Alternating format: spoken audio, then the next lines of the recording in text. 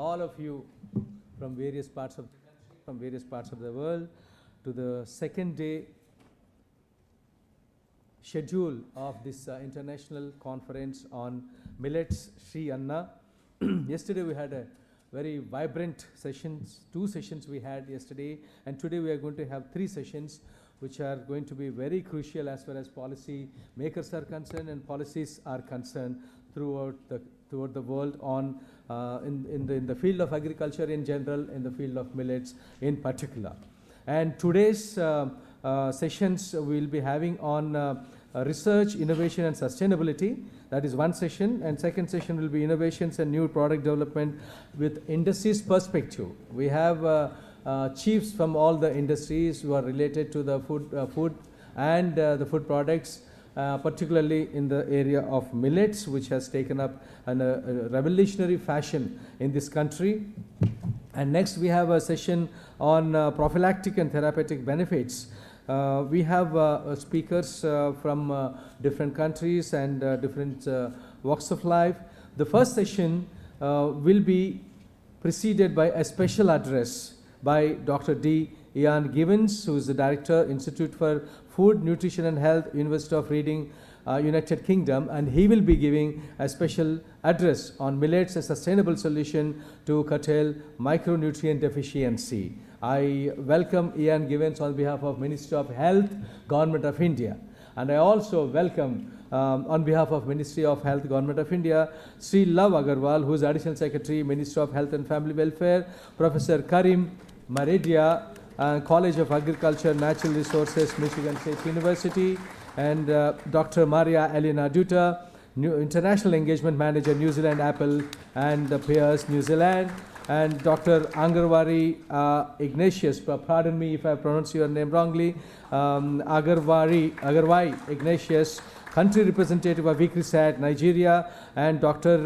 Raju Sulanaya Kanahale, Research Scientist, Agriculture and Agri-Food Canada, Canada, and David Brana, Millet Curator at Gene Bank, USDA, then Dr. Judith Nairenza, Research Scientist, Agriculture and Agri-Food Canada, and Dr. Deepak Shantra, Associate Professor, Alternative Crops Breeding, Special Department, Agronomy and Horticulture, University of Nebraska, Lincoln, USA.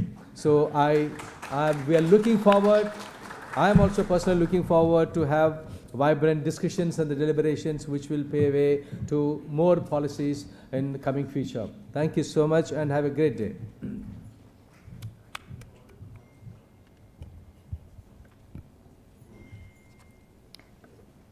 To begin the second day of this global conference, may I request Dr. Ian Givens, Director, Institute for Food, Nutrition and Health, University of Reading, United Kingdom, to deliver his special address on millets, a sustainable solution to curtail micronutrient deficiency.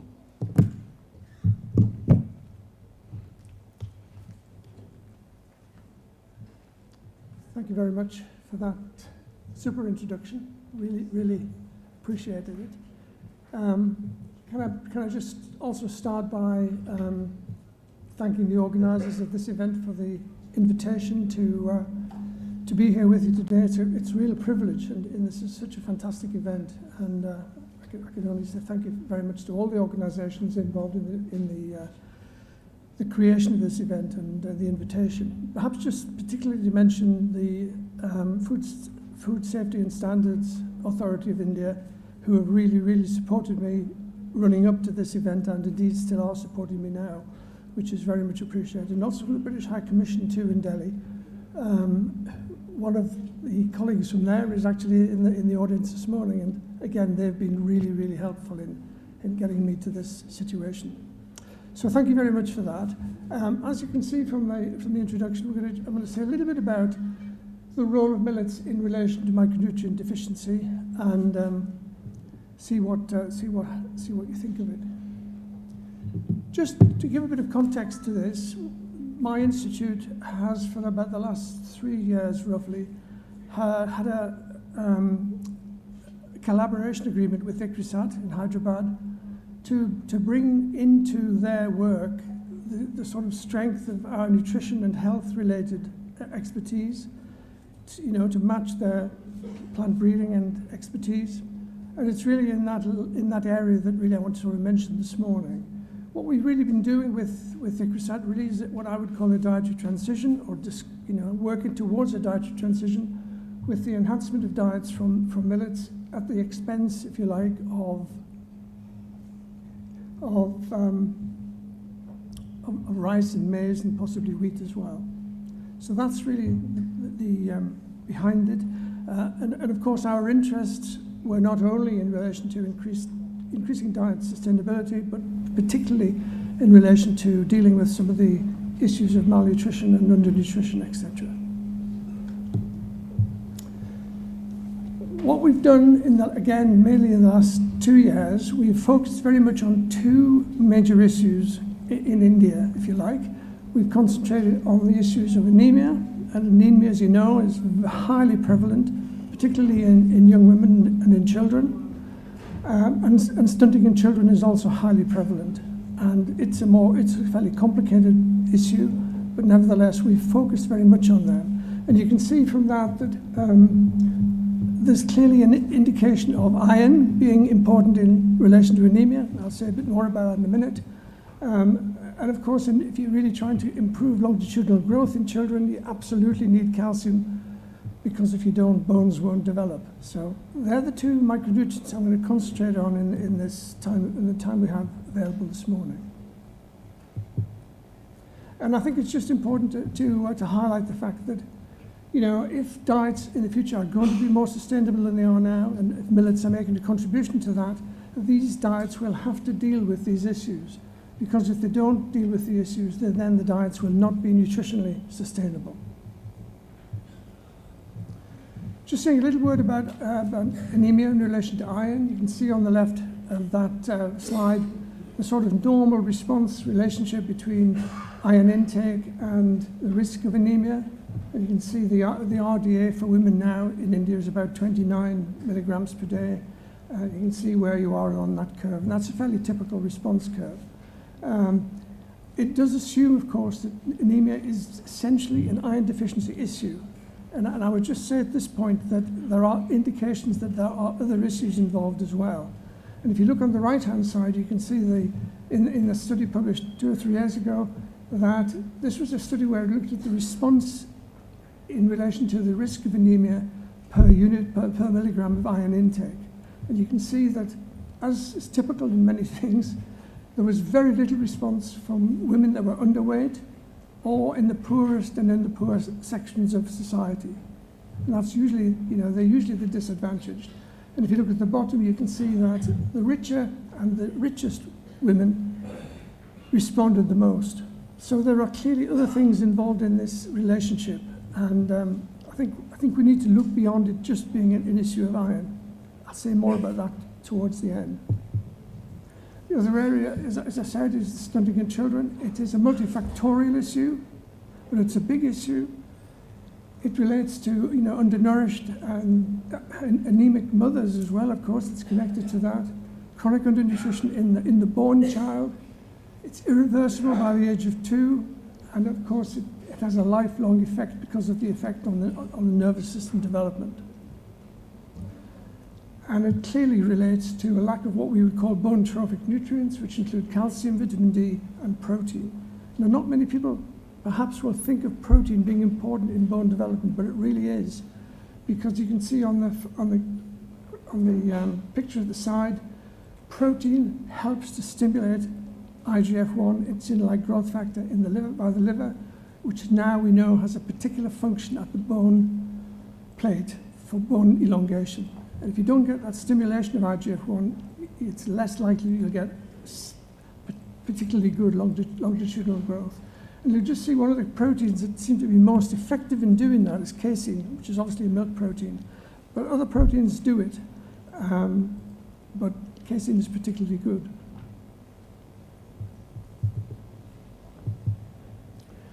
So we've been doing, I think, sort of 3 things really with work with ICRISAT. The first thing we've done is to kind of try and review the nutritional composition of millets. And these are just some examples, but these are from a paper published 2019 by the ICRISAT group.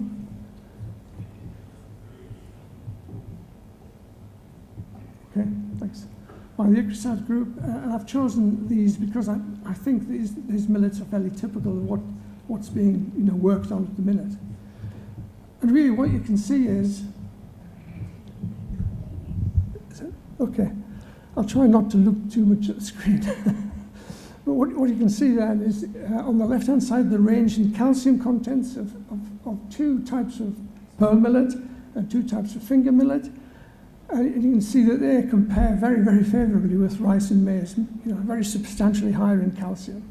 And the finger millets, of course, are particularly interesting because many of them have this very high calcium content. You can see there that they're more than 10 times higher than the pearl millets.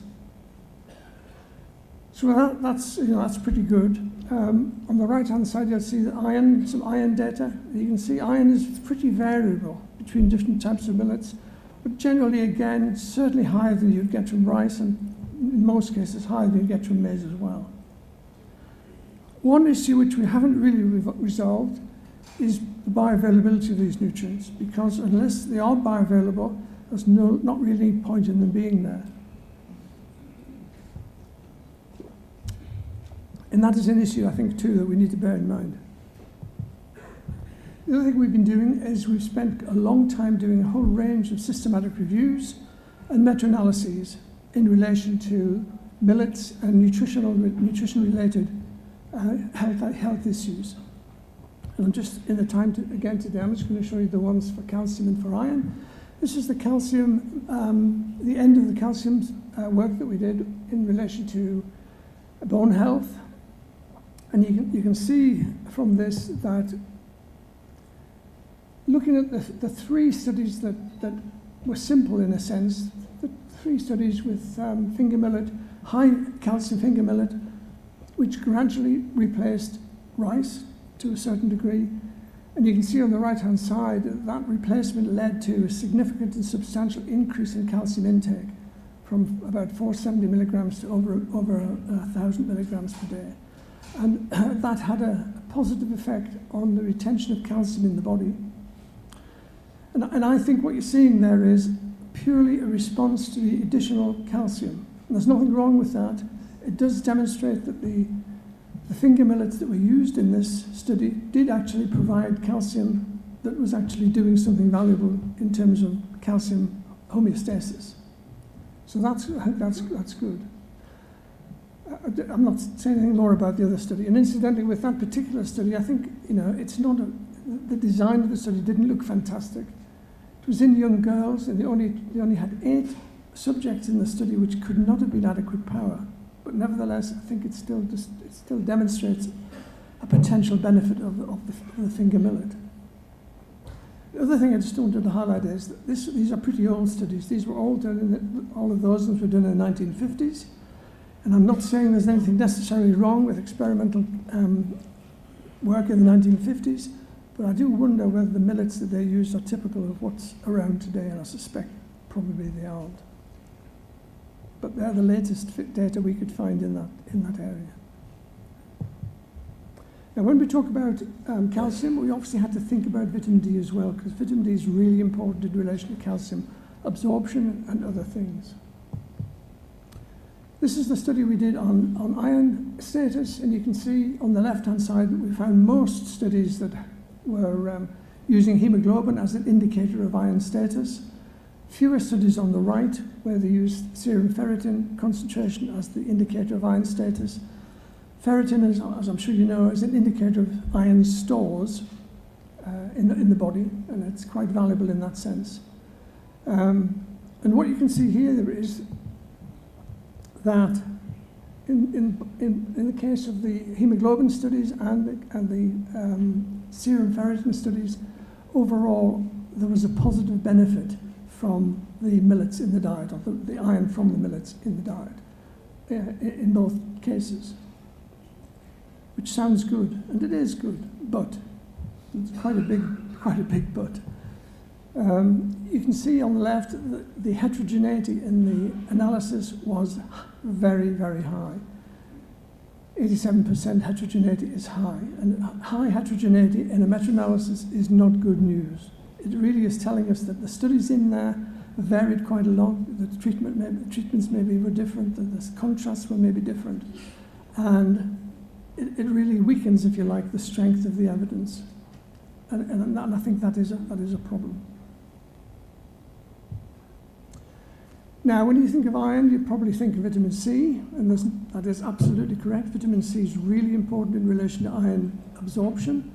And you can see in this little study here, the response in terms of the risk of anemia to additional vitamin C is quite substantial. And I was pleased to see, I think it was in 2021, I think, the Indian nutrition authorities recommended that the reference intake for vitamin C should be increased. And they increased it by quite a lot. And I thought that was really, really valuable. But of course, it's a different thing to create a recommendation and it actually happening in everyday life. And I don't just mean here in India, but everywhere. That is the big challenge, if you like. But nevertheless, it was in the right direction. People wouldn't think about, I think many people wouldn't think there's a connection between iron and vitamin D, but there really is. We now know that vitamin D is needed for, we now know that iron is needed for vitamin D activation. And the final area I just wanted to mention is that no matter how good millets are, and you know, overall they do look really promising, we do need to consider at least these two nutrients that plants cannot provide. And there are other things as well, but the ones I just wanted to mention particularly were vitamin D and vitamin B12. This is a world map of vitamin D deficiency, and you can see that India is regarded on this one as having the highest amount of vitamin D deficiency in the world. Now, these data are a little bit old, but you know, I've seen some more recent data which suggests it's probably not much different now. And this is quite counterintuitive to many people in the Western world, if you like, because I think, well, India gets a lot of sun, doesn't it? So why on earth are people vitamin D deficient? Classically, of course, vitamin D has been known to be involved in calcium absorption, bone mineralization, and of course, bone mineralization is absolutely crucial in terms of longitudinal growth. And you can see on the right there what happens if you don't get it right. There's a chance that you end up with children having rickets, where the long bones remain relatively soft and bend in the weight of the body. And I was just interested in a study when I was in Hyderabad a few weeks ago to see this study from one of the medical universities in Hyderabad. And they were doing a review of on the prevalence of rickets, and you can see, you know, what they found, that 70% of male children that they examined had rickets, 30% of female children had rickets. So it's still obviously a big issue. And incidentally, they recommend that vitamin D should be supplemented, and I think there's no doubt about that. That's what we probably all have to do. And as I said a minute ago, we now know that vitamin D needs iron, actually, and magnesium for activation. So there is this connection between iron and vitamin D. And the other one I mentioned is vitamin B12. India is relatively poorly off for that as well, which is not particularly, you know, you would expect that to some extent in a population where the diets have a tendency to more towards the vegetarian and vegan end of the spectrum, if you like. And of course, vitamin B12 is needed for quite a number of things, but one of the key things that it's involved in is red blood cell formation. And if that doesn't happen properly, you would run the risk of vitamin D-related anemia, usually called pernicious anemia. And I do actually wonder whether, if you remember all of the anemia, the prevalence of anemia we saw on the first slide, I do wonder what degree vitamin B12 might be involved in that as well. And I'm not aware of anybody that's looked at that, but somebody here might know if that's the case. And of course, it's also very much involved with preventing neurotube defects in relation to its interaction with folate metabolism. So I realize my time's just about up. Leave you with a few conclusions. Clearly, serious health issues exist related to suboptimal micronutrient status. Iron and calcium are particularly important for the reasons we've seen, and including their interaction with vitamin C, D and B12. I think one of the things that bothers me a bit, that there is clearly a lot of variability both within millet types and between millet types in the concentration of micronutrients and indeed macronutrients. And I'm not sure we fully understand that variability or can actually utilize that variability, if you like, for millet's selection. And I'd be interested in your comments on that. We do need new data on bioavailability, and we probably really need to see new randomized control trials as well in some of these areas. But I think, with further development, I think millets will have a key role to play in micronutrient supply. And however, having said that, they will need help. They'll need help in relation to complementary proteins and sources of key nutrients that plants don't provide. And the two important ones, I think, are vitamin D and B12. I'll leave it there. Thank you very much for your attention, and I'm happy to try to answer any questions.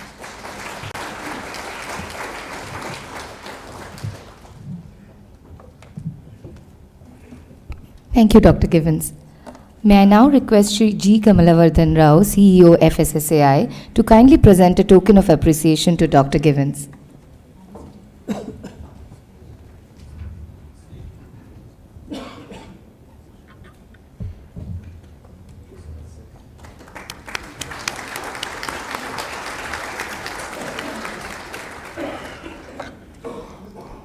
Our next session focuses on research, innovation, and sustainability.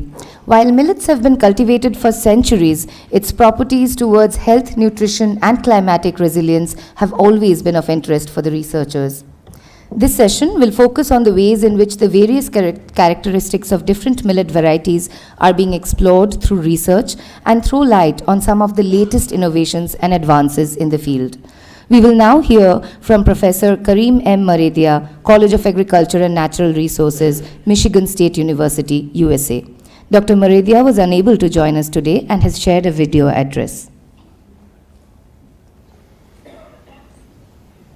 Hello, greetings from Michigan State University in America. My name is Karim Maredia. I serve as the Director of International Program in the College of Agriculture and Natural Resources at Michigan State University. Theme of this summit on millets fits very well with our programs on global food security and nutritional security and livelihood enhancement. So we are from academic, we are actively engaged in issues related to food security and nutritional security. Millets we see as a very integral part of the food systems, not only in India but globally. I'm originally from North Gujarat.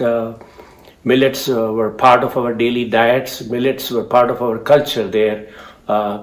My parents grew millets every year.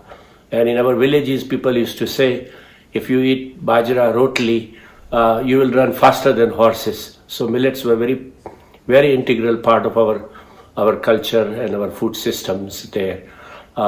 Every part of the millet crop was utilized, not only the grain, but also the straw was used as a fodder for animals. And also millets an excellent crop for crop rotations. And it can be grown in very low rainfall, dry areas, very environmentally friendly crop, and so on. So we see very great value of millets in food systems as we look at reducing globally malnutrition and malnourishment.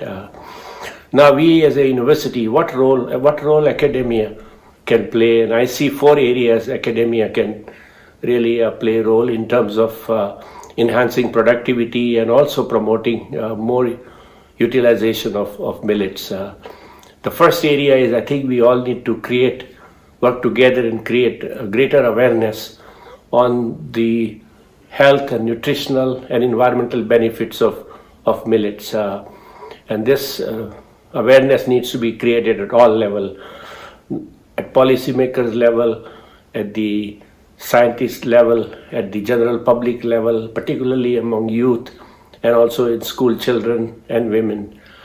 So this is an area I think needs to be more emphasis needs to be put on. The second area is how can we enhance the productivity of millets? Millets can be grown in dry areas with low rainfall, very little inputs and so on. However, sometimes constraints are getting the improved seeds, good quality seeds. We need to work together to enhance the seed systems and also develop millet varieties that are more tolerant to diseases and so on. There was an excellent variety developed by Haryana Agriculture University in collaboration with ICRISAT, downy mildew resistant pearl millet, and that really greatly contributed in enhancing productivity. The new tools of biotechnology, modern biotechnology are emerging. They can be used, they can be utilized in research and development platforms. Tools such as genomics, gene editing, marker-assisted breeding, among others, should be enhanced. And I think this is an area universities can collaborate with government institutions and with private industry and so on. So this area of enhancing productivity very important.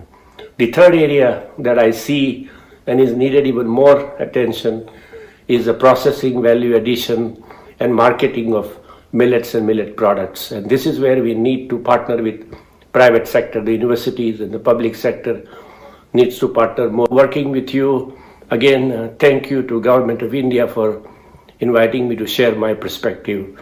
I wish you all the best. Bye-bye.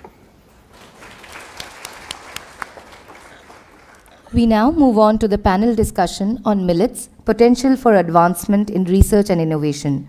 We have with us today an eminent panel of global research scientists, and to moderate this panel, may I request Shree Agarwal, Additional Secretary, Ministry of Health and Family Welfare. Thank you, Ms. Basu. At the outset, let me welcome Shri J. Kamalvardhan Rao, CEO, Food Safety and Standards Authority of India, Dr. D. Ian Givens, Director, Institute of Food, Nutrition and Health, University of Reading, esteemed panelists, distinguished dignitaries and delegates and dear friends. A very good morning to all of you. At the outset, let me take this opportunity to welcome you all on the second day of the Global Millets Conference. It gives me immense pleasure to be here today amidst all of you to set the stage for the panel discussion on millets, research, innovation and sustainability that is to follow.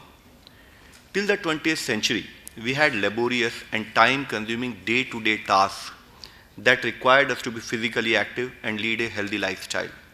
But now, with the onset of technology and innovation, many tasks have become less time-consuming and automated, which in turn has resulted us in leading sedentary lifestyle and desk jobs. Technology, to that extent, has been both a bane and a boon for the 21st century. The fast-paced lifestyle today has also created a major shift in our food habits, resulting in increased consumption of refined and processed food high in salt, sugar, and fat. This has also led the world grappling with the dual burden of both communicable and non-communicable diseases, as many define, held to be 80% of our diet and 20% of our physical activity. Our changing food habits to that extent have resulted in the increasing burden of lifestyle diseases.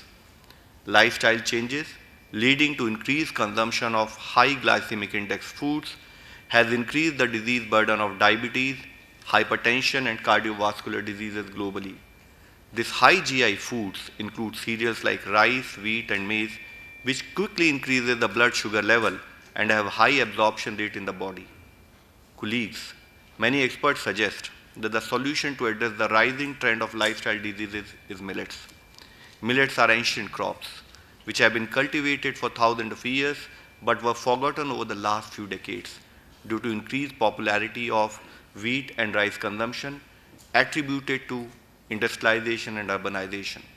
Millets are low GI foods, having many nutritional, therapeutic, and health-promoting properties, as has been highlighted by the distinguished panelists before me, including the high fiber content, high antioxidant properties, high niacin level, and high level of tryptophan, inducing serotonin. Given that millets are high in fiber, quality protein and mineral, it is also referred as the nutri-cereals, as it takes care of the glucose level, cholesterol level, triglycerides, C-reactive protein and mental health, all of the chronic woes of the present time. Most importantly, millets is gluten-free and non-allergenic, thus catering to an increasing demand of gluten-free food today. It doesn't stop at just that, but millets are environmentally sustainable, smart grains, and could be grown under marginal, low fertile soils with very low input of soil enhancers such as fertilizers and pesticides. Besides, millets have shorter growing life cycle and is fully grown in 2 to 4 months, adaptable to the environment and fit wide range of agronomy systems. Colleagues, millets are sometimes referred to as famine crops because they are the only crops that ensure yield in famine situations. Though millets are rain-fed crops such as rice and wheat, but they relatively need little water for cultivation. They have multiple uses as fodder and fuel. Therefore, millet crops hold the potential to immensely contribute to sustainable agriculture, global food and nutritional security, not only in terms of reducing ecological footprint, but by nourishing the human body with most of the nutrients for optimal functioning. As you are aware, the United Nations General Assembly declared 2023 as the International Year of Millet at its 75th session in March 2021. India, being the largest cultivator of millets since decades, is striving to revive the importance of millets in the food chain. Friends, to leverage the goodness of this millets, there are some challenges that also needs to be addressed, few of those which have been alluded to by Professor Karim also. Firstly, millets are currently non-mainstream crops, which is a huge setback. Secondly, there exists a huge knowledge gap of the benefits of millet, both in the farming community as well as within the consumers. Thirdly, there is a lack of sustainable demand, production and supply chain of millets. Fourthly, there is a lack of ready-to-eat, ready-to-cook products of millets in the market. There is also a lack of decentralized production and processing units for millets. And lastly, there is the limited marketing of millets. Colleagues, biofortification of millets could be a major intervention that can help in addressing the micronutrient malnutrition in many developing countries. There is so much R&D that needs to be done in that field.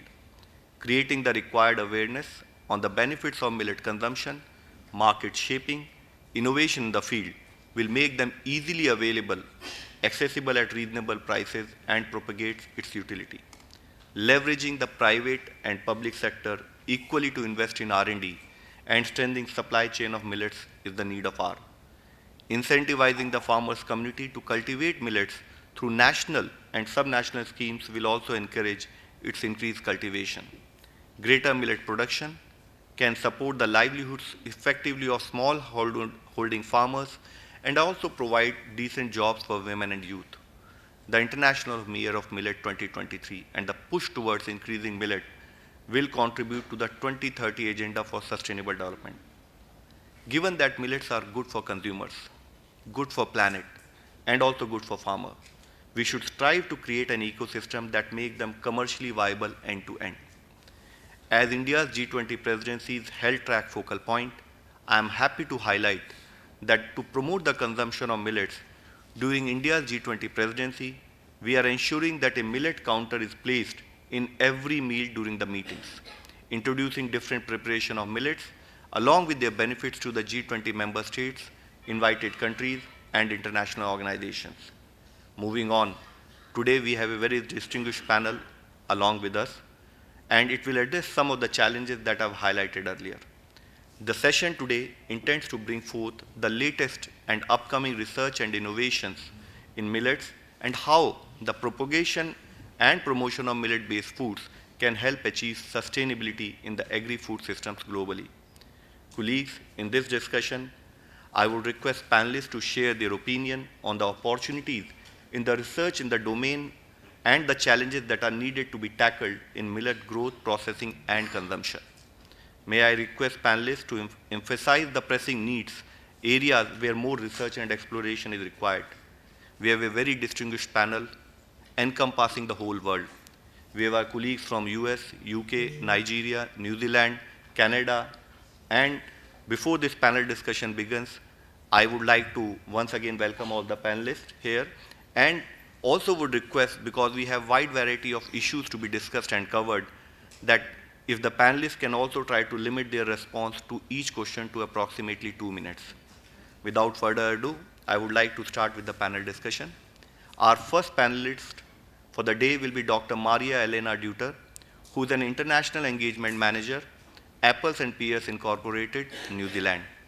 Dr. Marilla Elena has a PhD in plant protection and has expertise in seed quality evaluation with experience at Lincoln University for 16 years for the Agriculture and Life Science faculty.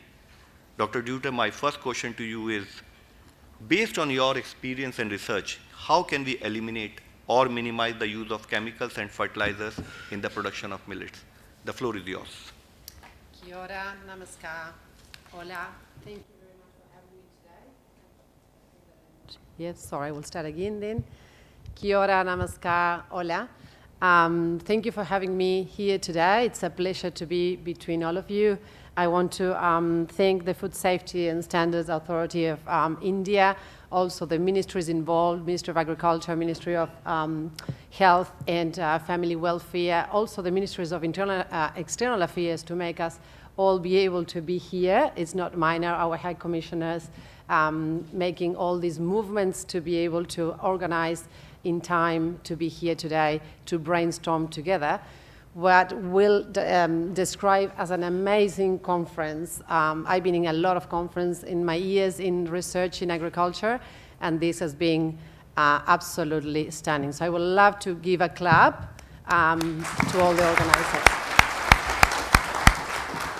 It's hard to talk in 2 minutes everything that I will probably want to share, but I will try to make bullet points on the things that I think that they will be key. New Zealand started researching, or what I found in the literature, in 1969 by one of our researchers at the time doing a master's degree in millets, Daniel Faggi. He was very interested in the forage use of millets, and he had even in his thesis the results on proteins and carbohydrates and sugars and all the components of millets for use for animal feed. He even identified the use of even 5 to 6 cuts to be able to use during the production of that annual crop.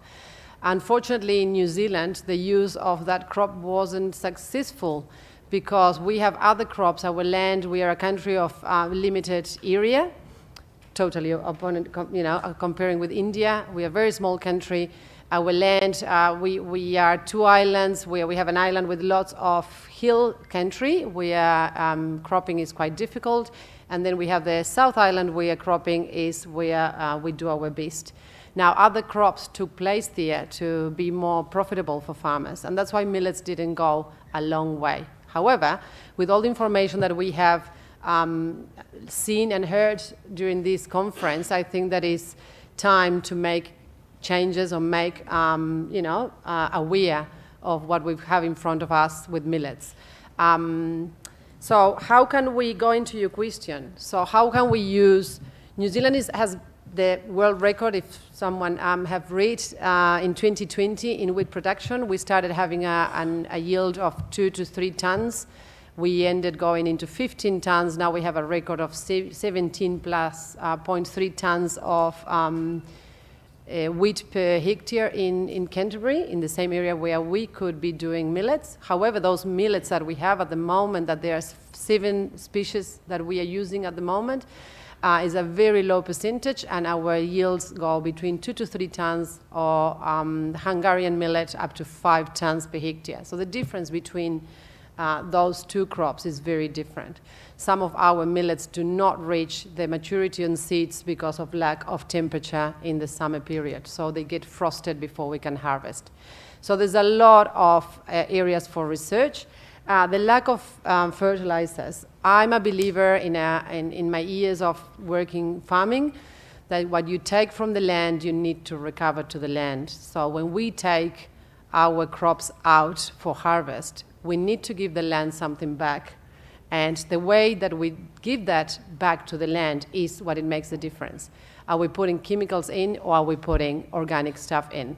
So I don't believe on not putting anything in the land. I think that if we are taking 2 tons of dry matter, those 2 tons have to be recovered, and that's how we look after our land in New Zealand, by that equation. So I think that we need to look to our land that is producing millets. So every time that we harvest a crop of millet, we need to return to the land what we have taken, and that equation will keep the sustainability of our land in the future for our children. The other thing that we can be thinking is we have other crops that can, I think that the annual plan of our farm is a key thing.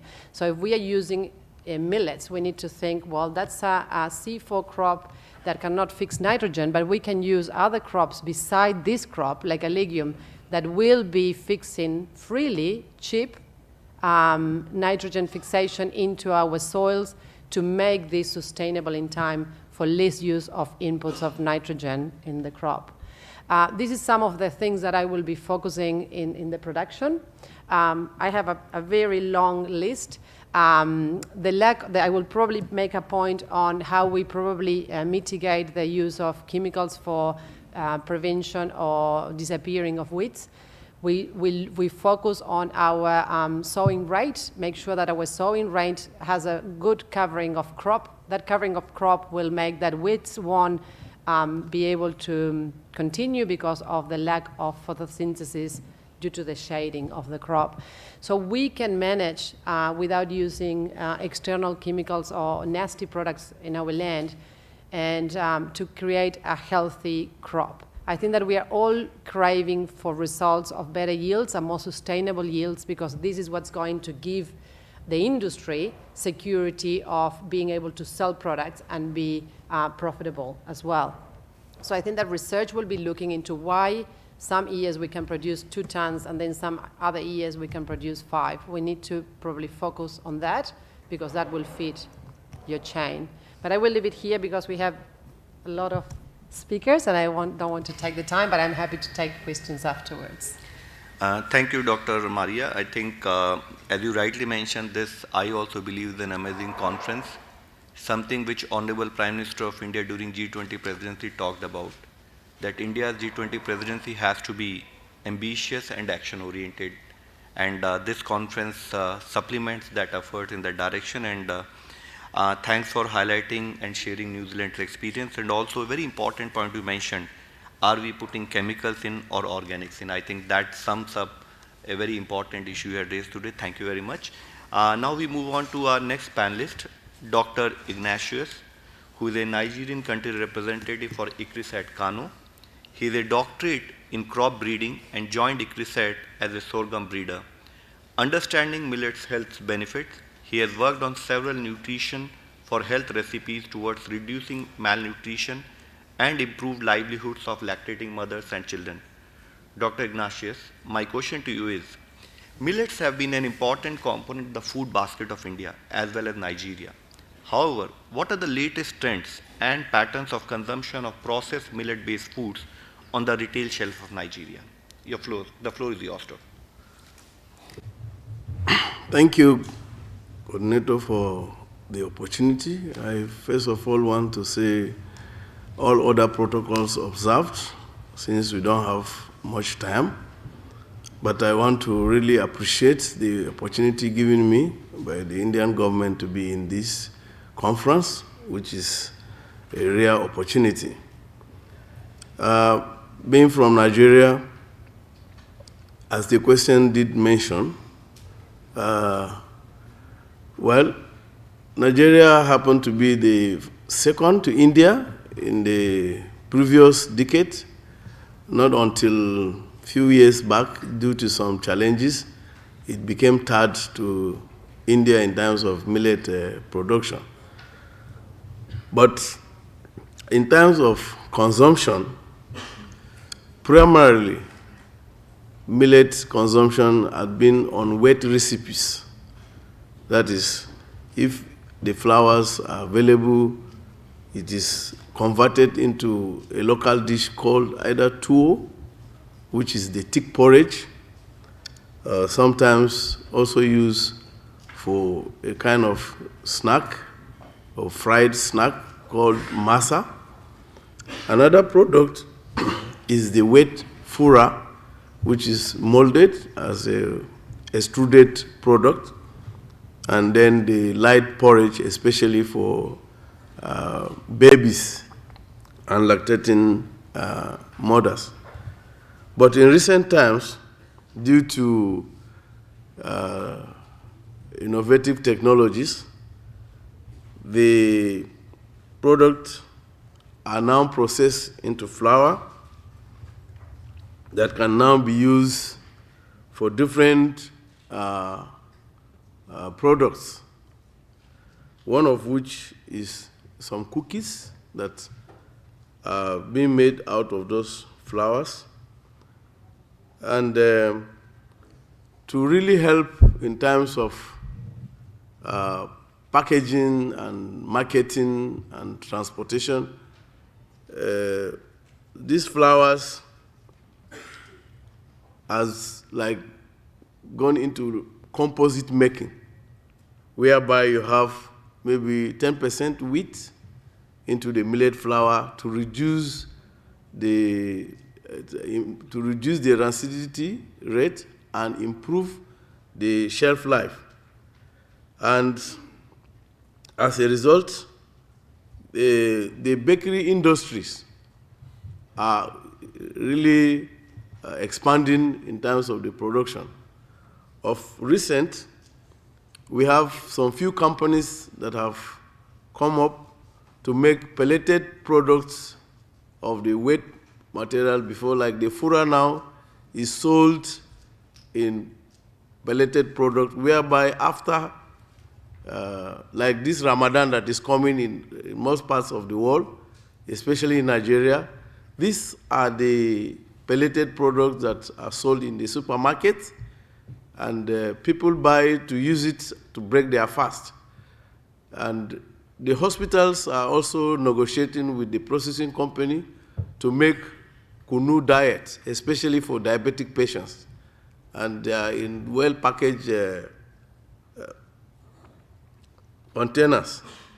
Sometimes they are also requested, especially the companies, to produce the kunu added with tamarind, a kind of recipe that is used for lactating mothers particularly, to generate enough milk for their babies, with the new idea of having to feed newborns for 6 months so that at least they will gain better health in their lifetime.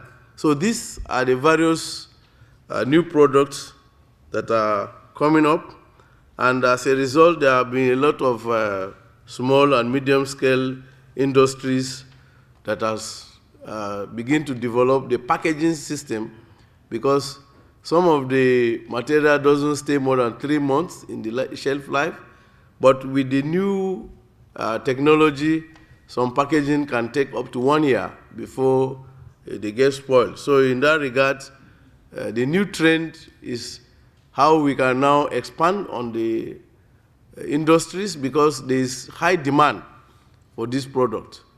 Sometimes in the year, you hardly even get them in the supermarkets, because immediately they arrive, people are already waiting, or they have booked even some of these products with the shopkeepers, and immediately they arrive, they announce, and people just come and pack them off. So there is great opportunity to really see how we can expand on the production so that the supply and demand can meet in the common market. So, well, there are a lot of other things I may wish to say, but because of the time constraint, this is briefly what I can say at this moment. Thank you. Thank you, Dr. Ignatius.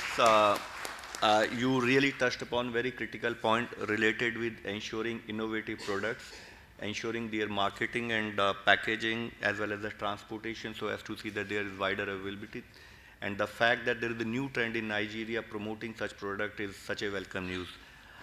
Let me now move on to the third panelist for the day, Dr. Raju Sulanayakanahalli, who is a research scientist in agriculture and agri-food and Saskatoon Research and Development Center in Canada.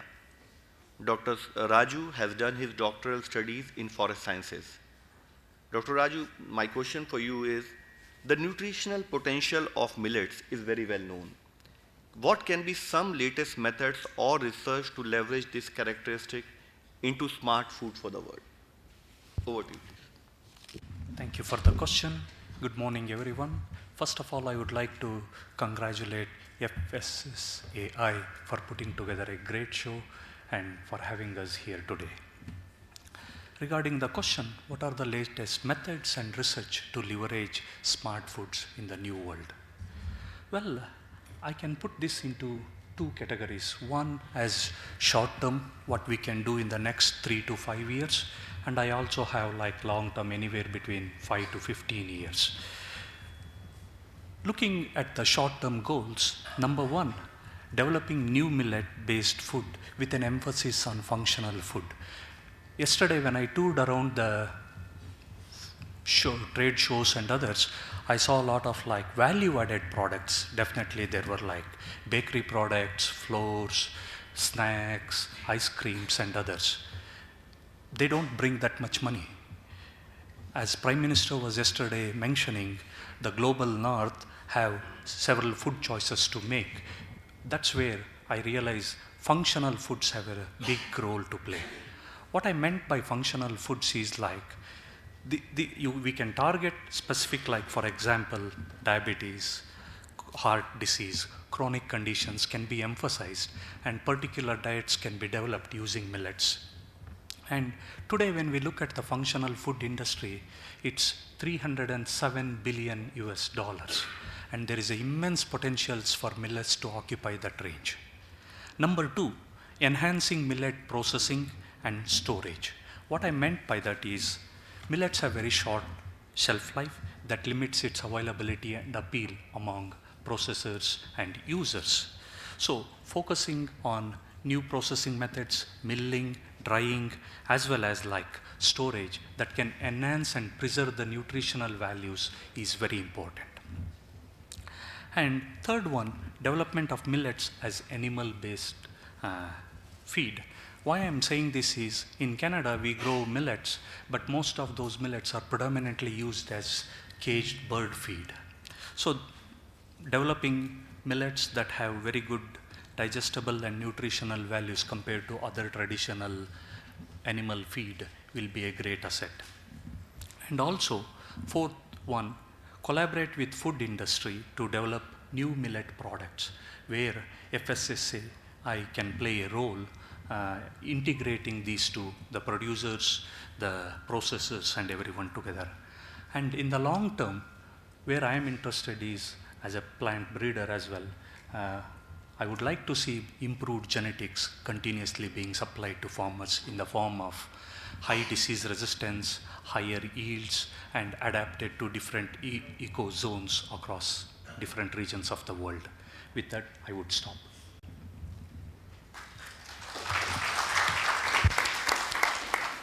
Thank you, Dr. Raju. Actually, the vision that we need to have a mission mode approach, both covering short and long term, is definitely needed. And the very fact that 307 billion market exists, I think this is enough incentive beside the fact that there are nutritional advantages. So we take on board the points raised by you. Thank you. We move on to our next panelist, Dr. David Brenner, Millet Curator at Gene Bank, Iowa State University. Dr. Brenner and his crew grow new fresh seed stocks for genetic conservation and document the collection on the publicly accessible Search Green Global website. My question to Dr. Brenner, based on your present involvement in germ plasma management, please let us know if you have identified some superior plant genetic resources for millets, for example, like Trostro millets, etc. Over to you. Oh, well, thank you very much. Thank you very much. Thank you for bringing me here at the expense of India. I've been brought all the way from Iowa, about as far away from here as you can get, and I'm just delighted to be here, very first time, and just a magically wonderful meeting. I'm learning a lot of things that I really should have known years ago, but finally I'm around enough millet people that people know things. It's great. So, as a plant germplasm curator with close to 3,000 different accessions of millets and a lot of other crops. If you include amaranth as a millet, I've got a lot of years of experience with amaranth. And I've been able to collect wild species of all of these, and I think the wild species in the long run for crop improvement, that's where the alleles are. That's where there's the more disease resistance, and they're much slower to use and more difficult to use, and there's more years of background research to get to the point that they really are useful. But I've seen some of these crop wild relatives in the wild. There's a species, Ceteria magna, which grows more or less Florida on the swampy coastal areas of Florida on the east coast of the United States, and then up the east coast into New England. And the plants are gigantic. Magna means big, and they're on the scale of a maize plant, and they have big prop roots. So there's side roots that come out of the stem and hold the plant up. And then there's a lot of smaller Ceterias. So I would like to see the sophistication and the collection grow, but then the sophistication to be able to use those in crop improvement. And another magically interesting thing is the two starch types.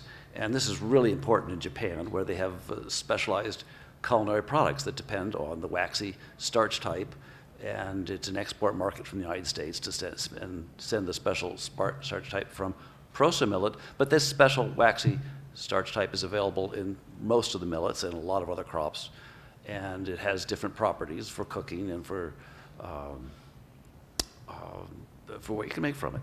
And I'd like to make that available for test kitchens developing new products to be able to push back a little bit about the genetics and what they want, because we can breed things. There's variability there. There's lots of variability to work with and solve problems, maybe problems we don't even imagine quite yet. So that's what I have. Thank you. Thank you, Dr. Brenner, for sharing your experience with superior genetic resources. We move on to our panelist 5, Dr. Judith Niraneza, research scientist, agriculture and agri-food, Canada, Charlottetown, Canada. Dr. Judith, I would like you to respond on what, according to you, are the agronomy practices that can improve the productivity of millets. Over to you, please. Thank you so much, and I would like to reiterate my other panelists to congratulate the organizing committee for really a well-organized event. More importantly, I was really amazed by the warm welcoming we had. We really feel like home, and it's really very much appreciated. Thank you. So the millet I'm used to work with, I am a soil scientist. It's not a millet for human consumption. I am using pearl millet, forage pearl millet, to regenerate the soil. So as you know, we can produce health soil and health food, and if you have a health soil, you also have clean water. I just want to give a little context before I answer the question of the agro-ecosystem where I'm living. So I am living in a small island with very sandy soils, so they are very shallow soils, very low in organic matter. And because of our climate, the growing season is very short. So it's from May to September or late October. And we have a heavy rainfall in May and then at the end of the growing season.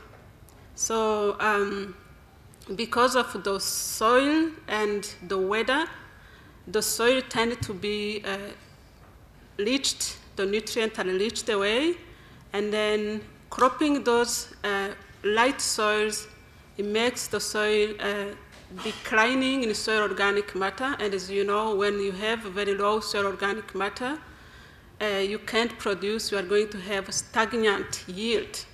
So pearl millet has been for me super cover crop. So here I learned that it's a superfood, but for my world, it's a super cover crop in terms of when I compared with different other potential cover crop, either legumes that fix nitrogen for free, either grasses or mixing grasses and legumes. Pearl millet has been amazing. We know for fighting the climate change, we also need to stock the carbon in the soil. So pearl millet was the one that was able to bring more carbon in the soil. And also when I compared it with other cover crop, it was more the one that was reducing nitrate leaching risk. Because where I live, we rely on groundwater for our drinking water. So it was a super cover crop also for that side of reducing nitrate leaching. And also where I live, the potatoes are the most economically important crop. As you know, the potatoes, they really return very, very low amount of crop residues on the soil. So if you have growing potatoes for many years, you are not helping the health of your soil. So the pearl millet rotated with potatoes, it has been resulted in a good way to regenerate our soils. So the yield of potato following pearl millet was also higher than any other cover crop I used. To answer the question, what are the agronomic practices that can be used to enhance productivity of forage pearl millet? So it is important, I think, to tilling the soil frequently is not ideal. So breeding the pearl millet to be able to regenerate once you cut it, it's important because you can cut it and then you know it's going to regrow. So you can minimize the tillage intensity. So the seed preparation, that's the common practice, the common knowledge. So it's important to have a very fine and uniform seed bed. And also the amount of the carbon input you can get when you turn your pearl millet, fertility, as my colleague was saying. So we recommend there to use at least half of nutrient you would use for corn. So we need some fertility to have enough biomass. When you have a good temperature, because it's a drought resistant, so you need a good heat, but also good moisture. So if you want to use it as a cover crop to regenerate your soil, it's also to target a window where you will have the moisture, but also a good heat. So that would be my first recommendation. Thank you. Thank you, Dr. Judith. I was not only amazed by the discussion on the productivity component you talked, but I was also, getting absorbed into the island you are staying, and I thought, leaving this urban conglomeration and being in an island is always a better option. So thanks a lot, and we come to the end of our the last panelist for the round one, Dr. Deepak Santra, Associate Professor, Alternate Crop Breeding Specialist, Department of Agronomy and Horticulture from University of Nebraska-Lincoln, USA. Dr. Santra has done doctoral studies in biotechnology. Dr. Santra's research areas include plant breeding, genetics, and genomics. Dr. Santra, to you, I would like to ask, bringing millets as a mainstream crop is the need of the hour and solution to many challenges. How does the latest research support transition from the household-centric farming to market-oriented farming? Over to you, please. Thank you very much. I want to congratulate and thank you and express my gratitude to FSSAI, the Ministry of Family and Welfare, particularly Dr. Amit, Akanksa, Saurav, and I think Ms. Behra, with whom I have direct communication. Warm welcome, excellent host. Thank you so much for inviting me. Going back to your question, how to bring from household to mainstream. I think we need to go back to our basic salespersonship skill, knowledge, and marketing skill we need to apply here. For any product, if you see globally anything, Hollywood movie, Bollywood movie, it is the marketing. I was amazed to see one day in Walmart in USA, non-GMO water. Normal water, 20 cents one bottle, non-GMO water, $1 and above. We all are convinced we need more research on millet, on various aspects. Where is the money? We need to generate revenue. First, we have to generate revenue through smart marketing attitude, capitalizing consumer psychology. Whatever we have, science and technology we have, we will continue doing research, whatever money we get. Can we develop cool products? First of all, we have to see who are the consumers, our future consumers, not me, the millennial population. What they care about. They are increasingly getting more awareness about our climate change. They are increasingly aware about GMO things, all these things. Good or bad, I'm not getting into controversy. But that's what they care about. They care about what their network is posting on Instagram. Oh, I had some cool non-GMO millet. Okay? So can we label our product, whatever product it is? It has to be eatable, palatable. Some key words, some sexy, attractive words like ancient grain, non-GMO, carbon neutral or carbon positive, anti-diabetic. Can we put that kind of labeling first? There is a rice variety at KIT, Kalinga Institute of Technology in Bhubaneswar. They are marketing as a non-diabetic rice, and the price is 50% higher than normal rice, even basmati rice. So that is the first thing we have to do in order to generate the fund, the revenue, then it will go. So this is the one way. Other way, public-private partnership. We need to reach out to that milling companies. For example, wheat flour, atta in India, wheat flour in North America, they are using for bread. Here they are making chapatis, cake, all sorts of things. Can you blend 5%, 2% millet flour in wheat without deteriorating the baking quality or the low volume? I'm sure it can be done. Why the baking companies, why government, the public policy maker like FSSAI, they are not implementing the rule. All the major milling companies, atta, the manufacturing company, they have to incorporate 1%. How long it takes to do research? 3 months. How much money it takes? We can do today. Government of India has lots of money to do that. So first we have to do that. Then, as Raju indicated, long term, that has to go. For example, we have genetics. We have, like in proso millet, we have 20% protein proso millet. Okay, we have 3 times more calcium finger millet. Question is it bioavailable?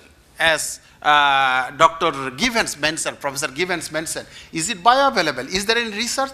Lots of geneticists, lots of gene bank people, they are publishing, just quantifying the minerals and vitamin and publishing the paper. What is the good in that if it is not bioavailable to human being? The food preparation we are using in the household, is it coming all this supporting stuff as Dr. Givens mentioned? For example, vitamin C along with iron, vitamin B12, D3. Are this household there? Nobody has studied that. So we have to prepare accordingly that complementary catalyst, package that in order to bring the main stream and smart labeling, smart labeling, smart labeling. That's what I would indicate first. We need to generate revenue, then research will continue. We will develop some variety. I have a variety. I will tell protein percent 20%. Based on my research, I have seen after cooking proso millet, protein digestibility goes down to 60% of its original. What are the amino acid responsible? Is it phytate which is causing that? I do not know. Can we apply gene editing? Of course. We need to identify the gene. We need to identify what amino acid to change through CRISPR-Cas technology. It takes time. Where is the funding? Nobody cares about millet. Everybody cares about corn, wheat, soybean. In US, my program's revenue budget is $150,000 every year. I'm a only US millet breeder. I get $2,500 from my university to do my millet breeding. So other things I would tell, identity preserve specific product oriented genetics. Variety is already there. We need to develop and market. For example, I developed 2015 waxy millet variety, Plateau, for a Japanese company. And we started from 0 acre. Today it is about 10 to 12,000 acre in Nebraska. And it is about $500,000 market. And we are exporting entire Plateau. It is identity preserved, specific. We need to know what is the consumers want. Consumers means companies. Not only milling companies, but also restaurant. In Japan, they use like buckwheat, millet, they grind it there, and then they prepare the food and serve it. So what kind of end-use attribute qualities they are asking for? They contacted me, they want sponginess, glutinous. So I developed that, I'm marketing that. So that kind of things, cool marketing. We need to be marketing people. For example, if you want to put an advertisement, 2 lines advertisement in Times of India front page, how much it costs for the advertisement? Can we do that kind of advertisement in Times of India? Can we just 30-second video clip through Doordarshan in New Delhi? Can we put that? Can you do the 3? Because young generation, they do not have patience to watch 5 minutes video. Small bullet. What millet can do, what millet came from. What does it matter to their kid? Those are the things we have to incorporate with respect to carbon footprint. Environmental footprint is water footprint, nitrate leaching, nitrous oxide emission, all are potent environmental negative factors. Can we put that? They care, believe me or not, younger generation, they care about that because they are being taught in school. They care about that. They do not care spending 10%, 20% higher price. Let me tell one example, then finish. Proso millet, we have a data. If you feed your poultry layers 100% proso millet based feed, every egg saves 60 gallon water. Is fresh water important? You guys decide. Can Amazon market that one? I'm sure at least in US, if Amazon I can convince, if they market, they will charge $10 per dozen of egg versus $2 or $3 dozen of egg. Younger generation will start buying. I'm not telling everybody, 10% consumers 1 year, then 15%, 20%, 30%, step-by-step process. Marketing, marketing, marketing. That's my word I can tell. Thank you very much. Thank you, Dr. Deepak Santra. This was very useful, and I also see organizers hinting me from background that we have another session to go ahead with, and there is also, we believe that in audience, we have again a very esteemed audience here. There might be certain questions which they would like to ask, so we have few questions we can take, and I would request if you can kindly also introduce yourself, limit your question in limited time so that we can hear from the panelists, please. Many thanks. It's mesmerizing to be in the millet milieu, and thanks for the time. See, you said that marketing. Why don't we, just like agriculture and horticulture, an MSc in millets, MSc in millets processing, millets environment, and maybe in millets marketing. Only when you develop, maybe in the future, PhD in foxtail or so that kind of thing. ICAR could. There is only one institute we have in the whole India. Just in a hurry, we announced the year, but a lot to do. So just by establishing a science, millet science. In India and Africa, maybe with the US, the Democrats are wonderful. They are with us to defeat diabetes. Let us join with them and establish a department. I mean, a whole science for millets. We can save the world. It's cheap and it's nutritious. And climate crisis, we don't know what is going to happen. Once again, thank you very much. Thank you. So this was an important observation, but I would also request if we have any specific questions to ask. Okay, so this is to Dr. Deepak. Dr. Deepak, I think any comment on... Initiative from US so that in India we can have a... Okay, so we take note of that, and I see another colleague from there. Yeah, can you kindly... Yeah, please. I'm a just millet breeder. It has to come in the Farm Bill policy, USDA policy, and I have no role there, right? And I heard from Kuldeep Singh, who is the Gene Bank manager of ICRIS at Hyderabad. He sent me a message in G20 meeting, US opposed millet initiative, millet support, right?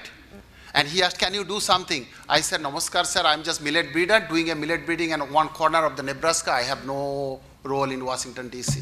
I'm sorry. So what can I initiate? I am doing my way in my local area. I am doing in my family, friends, and my area, and then let it go. It takes time. There is a department called USAID, the American Excuse me. Let us join hands with Michelle Obama. There is a Let's Move movement. No. Millets will move ahead. Dear colleague, thanks a lot. I think this cross communication will not add major value, but I take on board the point that yes, while we have breeders present, we also have policy makers present in this room. Your comment has been taken note of, and I am sure we'll collectively work on that. So our colleague there, please. Maybe yes. we will confer Millet Modi, then things will get done. Yeah, thank you, please. Yeah. This is a specific question I just want to ask Mr. Deepak. Marketing. And I have a specific question like the moment you add the value addition to any product, it costs. And that goes to beyond the reach of the common person. And we are talking about the millets as a fortified food. Until unless it goes to this as a staple diet, how it's going to achieve that fortification of the nutrition or malnutrition that we're talking about?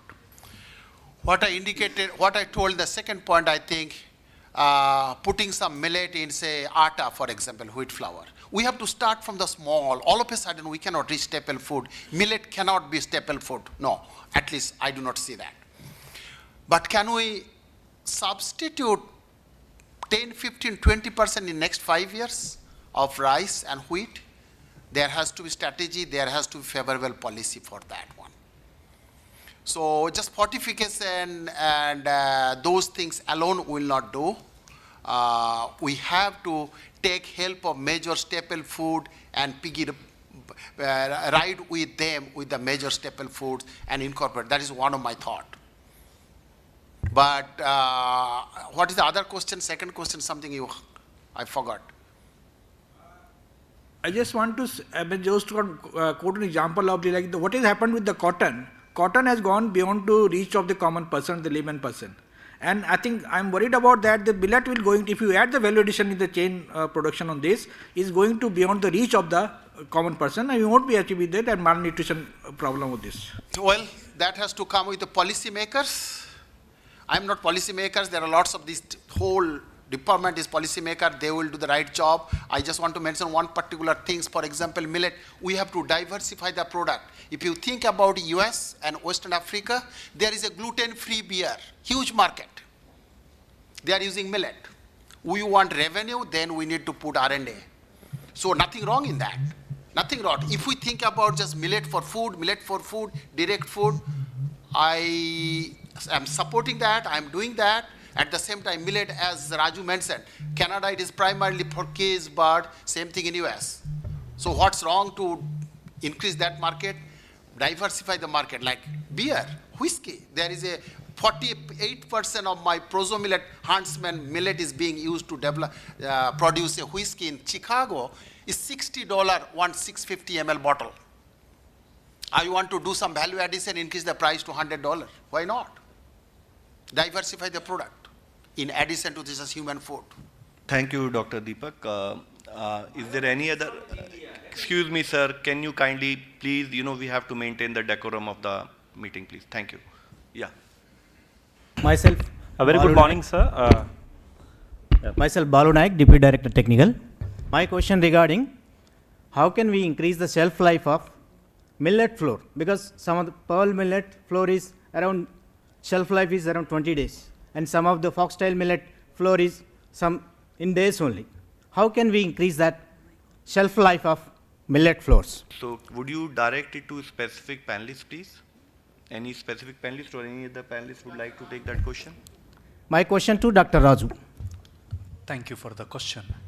Yeah, as I said, one of the things that we really need to look at is like how we can enhance the shelf life of all the millet flour. And the basic research has to happen at all stages, right from when the cereals get harvested, at that point onwards, like how it goes for drying process, the milling process, then handling, packaging, storage, and putting them on the shelves of the stores. So we need to have like basic research happen at all these stages. What the small startup folks are doing is they're trying to push the products as flours, not going through the proper step-by-steps. Hence, there is immediate need for research. That's why I put that in the short-term goal. This we can achieve very quickly within working closely with food processors. We can design quickly and overcome some of the lacuna that we have currently today. Can I just add one comment to that question, please? What is the total fats and lipid in wheat flour, and what is the total fats and lipid in pearl millet flour? I think if we can target to develop low fats and lipid pearl millet hybrids, that will solve quite a bit of problem. We have lots of genetic variability in pearl millet genetics. We need to just breed target way. If you are just thinking about yield, no, we have to think that way also. So lipid and fats are the culprit based on my experience, one of the major culprit. Thank you. We have one more speaker, and please specifically let us know if you have any specific panelist in mind, and please limit your question so that we can actually hear the response. And after that, we'll have the last question from the panel, from the colleagues who are present here before we close. Yeah. Good morning, sir. Myself, Saurabh Kumar Dubey. I am a technical officer at FSSAI, and I have a question with any of the breeder, more specifically to Dr. Deepak Santra. Since he is a breeder, so I have noted down some points actually, which I feel are the major hindrance for the demands of these pearl millet or any millet products. The first point I feel is that we know that there are presence of some anti-nutritional factors, more specifically phytic acids, which interferes with the the availability of other nutrients like calcium, iron, and all. So, what are the progresses we have made till now, which can I think which can counter these problems? And the second is presence of some goitrogenic compounds, which also leads to the cause of some goiter. And I have few more points also. But I think there are less times, like such as sorghum effect, as Elena she talked about crop rotation with the legumes and other using it as a cover crop. But I found a problem like sorghum effect, which takes a lot of nutrients from the soil because it is an exhaustive crop. So how are you going to counter that problem? So please answer these, then if time permits, I have some more questions actually. Anti-nutritional factor is absolutely important. We need to do that. And throughout the world, how many millet breeders are there? Millet breeders means, I'm not talking about pearl millet breeder. Pearl millet breeder, there are many. I'm talking about other 7 or 8 small millet breeders. They are focusing in yield. They are ignoring the anti-nutritional factor. I accept that. That is one thing we have to address that. We have to remove some of the anti-nutritional factor. At the same time, we are increasing the health beneficial nutrients. I think I just want to know if there is any progress made till now, because can I kindly request, I have to run the panel in a manner where I am able to give chance to all the people who are present here. So my request to you is that we also have a coffee break, where I would request if you can get in touch with all the esteemed panelists here and then discuss it in greater detail. Can we take the last question from, Inoshi, please? Yes. I have a question for Mr. Ignatius. You very kindly mentioned that in your country you also have a recipe for lactating mothers where you mix one of the millets with tamarind. So it was just a thought if there were such more recipes which we could find out, because we have a lot of issues with malnutrition among lactating women. And if you could just maybe highlight some more efforts that have happened in your country in this area. Thank you for that question. When we are growing up as kids, one of the challenges we face, especially in the rural communities, is after delivery, some women don't have milk to feed their kids. And as a result, traditionally, they mix the millet flour at preparing the porridge to mix with tamarind, which after 2 or 3 days feeding, they get lactating to feed their young children. And when the hospitals also found that these are some of the, because they also have women after delivery that does not have milk to feed, so they begin to find out, is there any industrial way of processing so that it's not just the wet product, but the one that they can package and feed their children, feed the lactating mothers at delivery. and we have found good product they call Kunu Diet or Kunu Tamia, which is industrially processed. And that can take almost 4 months shelf life because the tamarind reduce the acidity rate and keeps the flour active because it's pre-cooked. Because you just need hot water to stir it for immediate taking. So that's one. And then there is the fura, which was used to be weighted and takes just about 5 days on transit because it got bought. But now they have the dry one, which can take almost 6 months in the store.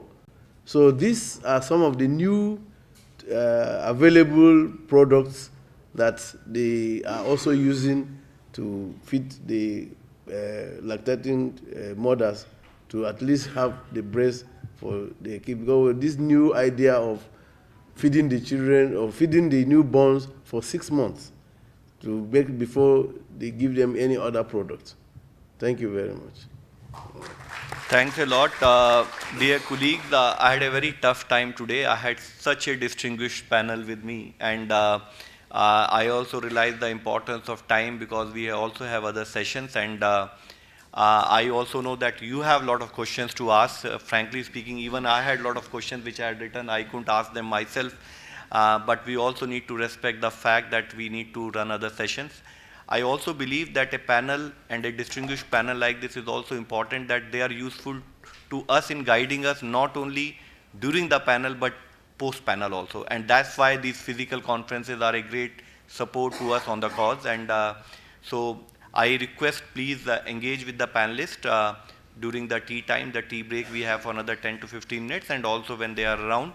And let me thank sincerely on behalf of a Food Safety Authority as well as all the organizers, to all the distinguished panelists who could join us today here.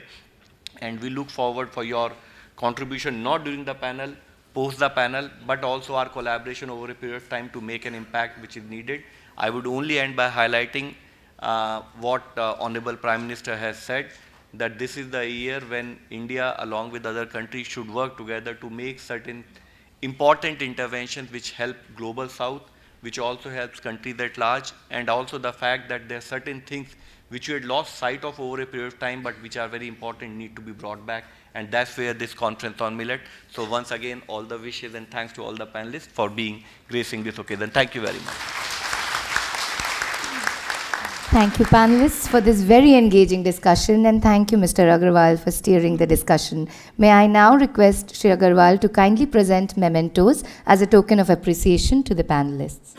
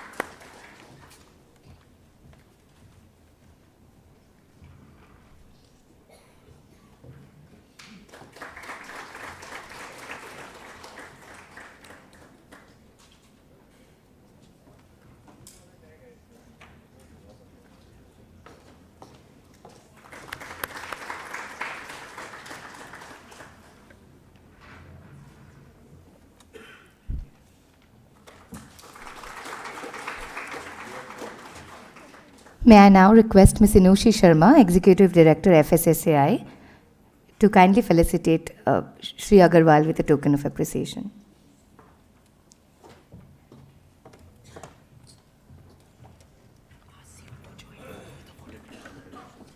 May I request CEO Sir to kindly join us on stage.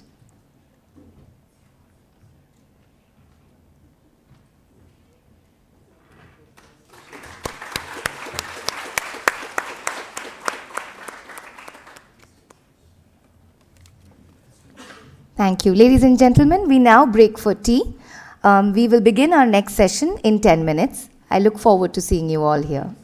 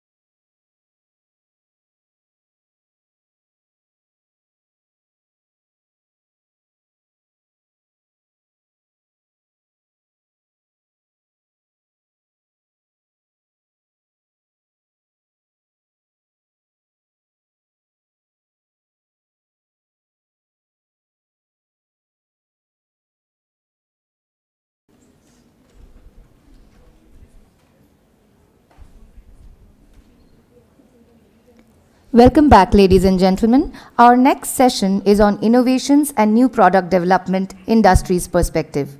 Research and development in millet-based products has gained momentum. Through upcoming innovative solutions, Indian millets and recipes are set to receive global attention. Indian industry has kept pace, and several millet-based food products are available to consumers today, a portfolio that is only growing.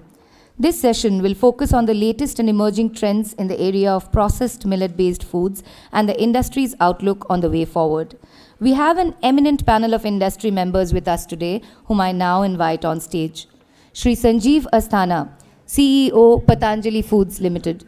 Mr. Asthana has over 3 decades of experience in food, agribusiness, retail, and private equity while being in top management leadership roles, as well as being a part of public policy and think tanks.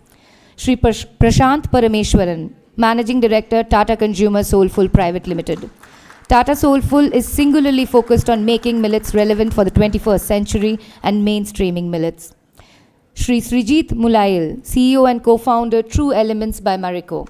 Mr. Mulail is a sustainability, agriculture and environment enthusiast. He also holds several awards to his name, including National and State Governors Award in Social Service. Ms. Meghna Narayanan, co-founder, Wholesome Foods Private Limited, Slurp Farm. Ms. Narayanan holds an MBA from the Harvard Business School. She has always been passionate about children's nutrition and health and is on a mission to have a positive impact on India's childhood nutrition statistics. Shri Shubhadeep Banerjee, Chief Digital Marketing Officer, ITC Limited. Mr. Banerjee is responsible for direct-to-consumer, brand digital assets, media and public relations, data and analytics, consumer insights, and consumer activation. To set the context for the session and moderate this eminent panel, may I invite on stage Shri B. Rajagopal, President, DSM India Private Limited. Mr. Rajagopal is a chemical engineer from IIT Delhi and completed his MBA from IIM Calcutta. He holds over 30 years of diverse industry experience. May I now request Shri Rajagopal to kindly take the panel forward.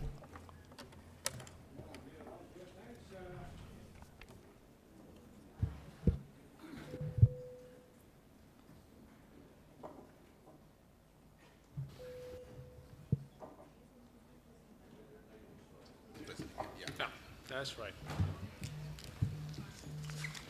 Yeah, thanks for joining us, and of course a great welcome to the audience again, and a special welcome to all my co-panelists. You know, when I looked around and got a sense of the people who are here on this panel, I've never really seen such a power-packed panel from the industry, really. So I think let's put a hand for all the panelists right away, right? Really, really nicely done. So I think we've been hearing a lot of stuff over the last 2 days, yesterday afternoon, today, and we had a range of international experts talk about how millet's absolute superfood. Impressive list of sports personalities unleashing the benefits of millets for health and well-being and nutrition, great. And another great, very, very accomplished panel this morning who really brought out all the research, innovation, and sustainability aspects of millets. And now we come to the very crucial part, right? The very crucial part which actually bridges what millets have to offer, and how do we make sure consumers really get to it and enjoy this food and become healthier, right? And for that, I've always seen in my career that 3 aspects which are very, very, very crucial. The most important thing is, of course, when you discuss with consumers, you really need to be very clear why you're doing what you're doing. And in that, you know, I'm so pleased, even in this pre-conversation we were having in the room outside, my colleagues on the panel here, they're extremely, extremely passionate about making a difference to society through millets. You cannot be successful, nor even call yourself successful in a society that fails. It's impossible. And so having this vision and having this passion is the first step. The second one, of course, is a deep, deep understanding of both the stated and unstated needs of consumers, right? If you don't have this deep understanding, how are you going to reach them? How are you going to reach their hearts, leave alone their stomachs? And finally, of course, innovating across all aspects of the value chain to make sure that this happens, most importantly in the products area, but also in every other aspect of the value chain. So without much further ado, I would rather start with our panelists. I think we are now kind of little constrained for time, so we're going to limit ourselves to about 5 minutes each, I think, yeah, so that we don't keep going back and forth. Each of these panelists are very accomplished people. They have contributed a lot, they have learned a lot, and so there is so much for them to tell. But I think they're going to have to find a way to encapsulate that in 5 minutes. So right from the beginning, let me ask Meghna. Meghna, probably you want to take the floor, or may take the mic, and give us your sense of what are the challenges you face? Because I think I just heard you say you've been on this since 2017, right? What are the challenges you faced to innovate in millets? Was taste an issue? I'm sure it was. The name of your company or your brand itself is Slurp. Slurp must have something to do with taste. And prices, end of the day, you know, our consumer business is very, very limited by 5 rupees a pack, 10 rupees a pack kind of thing. How do you actually manage to work around these kind of situations to make sure people are able to buy and consume? And of course, what are any other issues which you find, especially in the supply chain? So over to you, Meghna. Sure. Great. Thank you for that kind introduction, and you know, very nice to be here with this, you know, with frankly a group of friends. You know, at Slurp Farm, we've been innovating in the space of millets since day zero, so we don't know any different. You know, we really never had to make a shift from wheat and rice to millets. This is our DNA. We're two mothers on a mission to change the way Indian kids eat, and to get that right. You know, from the time that they start eating solids. You know, we have over 50 odd products now with ragi, jowar, foxtail millet, little millet, and you know, and the reason I'm telling you this is because there is this big perception that millets cannot be tasty. And I know this because for about a decade, my mother fed me a god-awful ragi porridge every morning before I went off to swim practice. So I know that it can be really not yummy. So we worked really, really hard to make them really tasty. This was fundamental to everything that, you know, we set out to do, that we can make millets tasty. And you know, there are others, you know, on this panel who have done the same. So this is not unique, and we come from a country where every, you know, 50 to 100 kilometers, you have a new cuisine and a new textile. There is no reason in the world we cannot figure out a way to make them yummy. That is the job of the food industry. So I think, you know, let's put that taste debate to rest. You know, go back home and do the work, I think is fundamentally my ask. From myself and the others here as well. You know, traditionally, taste and price have always won over nutrition, right? But you've got to think about it. And I'm not blaming. This is, you know, if you think about where the consumer is at, that 10 rupee price point, you know, food companies for years have just innovated to meet that magic number. But it's changing. The consumer is changing. It's not changing as fast as we'd like, but it is changing. COVID has speeded up that change a bit. We've been the beneficiaries of that change. People are looking at back of pack. I mean, today on an earlier panel, somebody said the functional foods business is some I didn't even know that number, $307 billion. So that's clearly, there is a space to build brands that are not just optimizing sort of for that 10 rupees, refined sugar, refined flour, high salt kind of product. So I think, firstly, there's a space for both, right? And we can all sort of agree that, you know, products need to exist for everybody.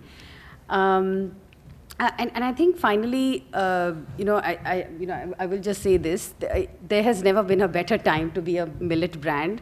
We are really excited. In 2018, when they said 2023 was the year of millet, we just felt, man, that's really far away. But it's here now. And I feel like with so many smart people thinking about millets, working on millets, all these niggles of supply chain, we're not growing enough, all of that will go away. Frankly, everybody from the Prime Minister to FSSAI, everyone is talking about millets, trying to get awareness going, right? We just want like a lot of brands to enter the space to get the noise levels up. The more people make products that are tasty, the more likely it is to see that millet adoption, really, that dream come true for everybody. Thank you. Hey, thanks. There cannot be a better person than Meghna to really champion millets because many of you may not know that she is a champion swimmer, a national level athlete, and represented India on the Asian Games and has won more than 400 medals.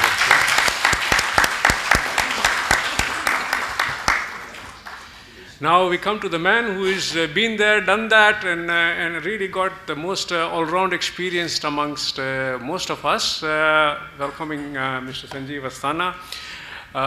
Of course, he is the CEO of Patanjali Foods, which, as you know, took over Ruchi Soya and is turning that around. And before that, he had a great experience doing similar great work in Cargill and Reliance Retail and other organizations. So he is really, really well equipped to be able to give us a 360-degree view about how this whole business of mainstreaming a completely new cereal takes place. Whether it is in terms of affordability, taste, flavor, availability, the whole consumer perception, and do they see this as a cheap cereal, or is this a valued cereal, or what it is, and how does India actually retain and build its expertise in this area? Lots of questions. Over to you, Sanjeev. Thank you, Raj. And since the time is short, I just have about 5 minutes. So let me address this issue around millets, from the perspective on the policy, but not from what the policy ought to do, but really how the private sector, how the business of the millets has to address that.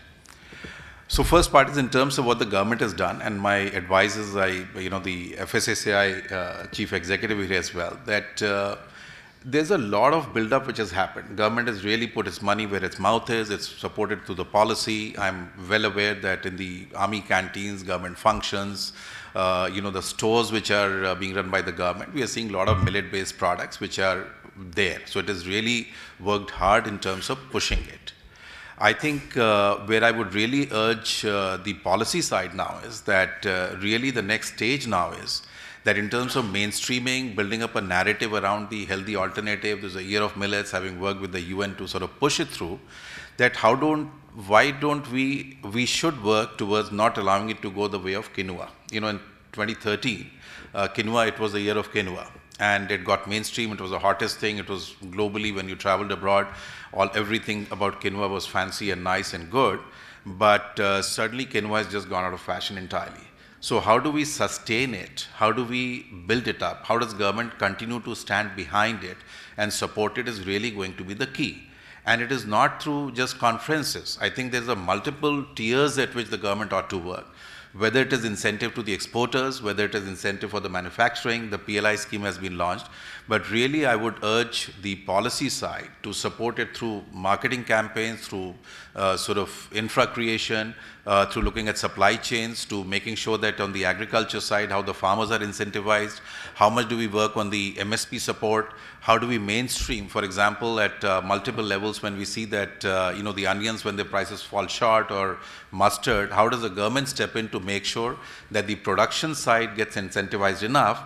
Because I was hearing from Meghna, Prashant, and Srijit, that the prices of the raw material have gone up so much. So that's my first support push, that, the government needs to really continue supporting that. The second issue which is linked to that, I would strongly urge, and is that really the industry, the food business globally, is nowhere in the world, in the most consolidated economies, is never more than 10% amongst the top 10 players. So really, how do we support smaller enterprises to really start build up? And what Srijit and Meghna and Prashant are really building up is something, do we have thousands of similar enterprises to the point to sort of take on that if, how do you distribute that in smaller cities in Tamil Nadu and Andhra and, in UP and Bihar and other places, you will have to develop local enterprises which can produce food which is tasty, which is healthy, they are able to market that. How do we provide the kind of support that we can develop and work through that? And again, I would strongly urge that industry can do only as much, but the government has the resources and the means to support these smaller enterprises through whether it's marketing campaign, whether it is support it can provide or whatever. I'll take 2 more minutes, Raj, because it's important that the third piece is, and so the issue is that don't allow this to remain just a fad. It has to be mainstream, it has to be built up, it has to be done. To the private sector, I would say, and especially where the larger companies are have that onus on them in terms of responsibility as well, that right now, what I see it, and correct me if I'm wrong, it's largely through, much more, it's more like a fad. It's, in the fancier stores, or it'll go through e-commerce, or it's, direct to consumers. How do we mainstream it through the general trade channel? How does modern trade put in a lot more? I'm just bringing my experience of Reliance Retail. That how do we have, specific spots and areas in retail stores? How do we have general trade sort of taking it up? But that can only happen when we have a demand pulling in. So I think the demand generation at the consumer level, this narrative being forwarded, beyond sort of conference rooms to on an everyday basis, I think it's a massive opportunity what India is sitting on. The world is pushing more and more towards nutrition and health. Millets stand right there. But just for health and nutrition, people would not buy. Demand will only flow when we are able to do our R&D, get our act right, make it tasty, make it something which consumers demand it, make sure that whichever sort of, the group of consumers we are addressing it to, they like it, make it available to them. And lastly, it should be affordable. So how do we keep to the point I think Meghna was mentioning that, the prices have doubled. It's just gone up 2.5 times the raw material, jawar and ragi and all that. How do we ensure that there's a lot more supply and demand mismatches which can lead to this? How is that managed better? So a lot of other points, but perhaps you can address in the Q&A part. So I don't want to hog this one. Thank you. I'm sure. Thanks. Sorry to really curtail your time. As I said, this is a challenge. We have people here who really know every aspect of the business. So just do use the time after the meeting to actually connect with them and ask them more questions for anything you might have, right? Thanks again. And we now move to Srijit Molail from, as the name suggests, from Palakkad. It's close to the heart of our CEO of FSSAI, who spent most of his career in Kerala as well. Yeah, Srijit actually is a people's man all along. So understands change, understands behavior. What does it take for people to actually make changes in their food habits? Food is a very passionate subject, and people don't just make food choices for the heck of it. They might do so once or twice, but make it a staple, make it center of plate, it's a big challenge. So how do brands really use digital commerce to speed up millet product innovation, right, and reaching millets to a larger community of people? And how does the consumer actually accept these innovations and really build them into his or her new way of life? So over to you, Srijit. Thanks, Raj. So I'll pick up from what Senji was telling, because we are the largest seller of quinoa across all the digital channels. Okay, so we work with quinoa since 2017 when we started. So again, so first we sold quinoa, then we thought, okay, people are not able to understand what quinoa is. Then we made multiple products of quinoa. We thought, being a startup, what we do is innovate. Wherever it's required is we innovate, and we also innovate where it's not required, right? So we made snacks, we made breakfast, we made instant quinoa meal, all those stuff, and none of those took off. So though we have most of those products, but we still, our biggest selling is plain processed quinoa. So I think the challenge where I would pick up is now, so quinoa is still a, let's say, a South Delhi meal. Okay, so no offense to people from, but again, so we need to make this mainstream. For example, if millet has to be mainstream, it has to go to the real India, right? So that's what I think I learned from quinoa experiment, because we did a lot of stuff. We did that same thing with, for example, so we started with jawar as a backup for oats, because we are over-indexed on oats. So we thought if oats being an imported grain, goes have some supply chain issues, what do we back up with? So we worked with jowar. And again, so we first started selling jowar as such. Then people who are not sewing except, let's say, some belts in India where jowar, people know us as how to use it. Rest folks doesn't know what to do with jowar. So how do we reach those households? So we launched multiple products. For example, one product which we launched, which we thought, because consumer studies thought, got the feedback that people from, let's say, Maharashtra, Madhya Pradesh, when they had a jowar bakri of yesterday lying at home, they broke that, put it in a bowl, pour milk on it and had it at breakfast. So let's get a product which is convenient product for those people who know what jowar is. We launched a cereal biscuit, India's only single grain ingredient biscuit, and we create lot of energy behind it, and it is still there on my shelf, okay? because the challenge is, now we cannot expect people to change drastically with our product, because we as entrepreneurs, we are passionate about our, as you have seen now from Meghna's mouth, right? Like, so we are passionate, but that doesn't happen when there is actually a need, and that need doesn't make consumer to change a lot to adopt and buy our product. Okay, we have seen that in multiple. Okay, so innovation again. So quinoa example, jowar example is good as long as we are not expecting consumer to change a lot. Okay, so the biggest probably stuff which we need to do to make millet mainstream is, it's going to be a lot of exercise. I myself have a gluten issue, but I go through the punishment of eating jowar and bajra roti in the afternoon lunch box, because subah banaya, dopahr tak wo ekdam, it's like, let me not use the words, you know what it like, you need something to go with, otherwise it's painful. So if we need to make people in mainstream to adapt to this, okay, we need to have solutions which is not a big change in taste, as Meghna has told, or big change in cost, because you cannot, they will not buy, because it has to be at the same price at wheat.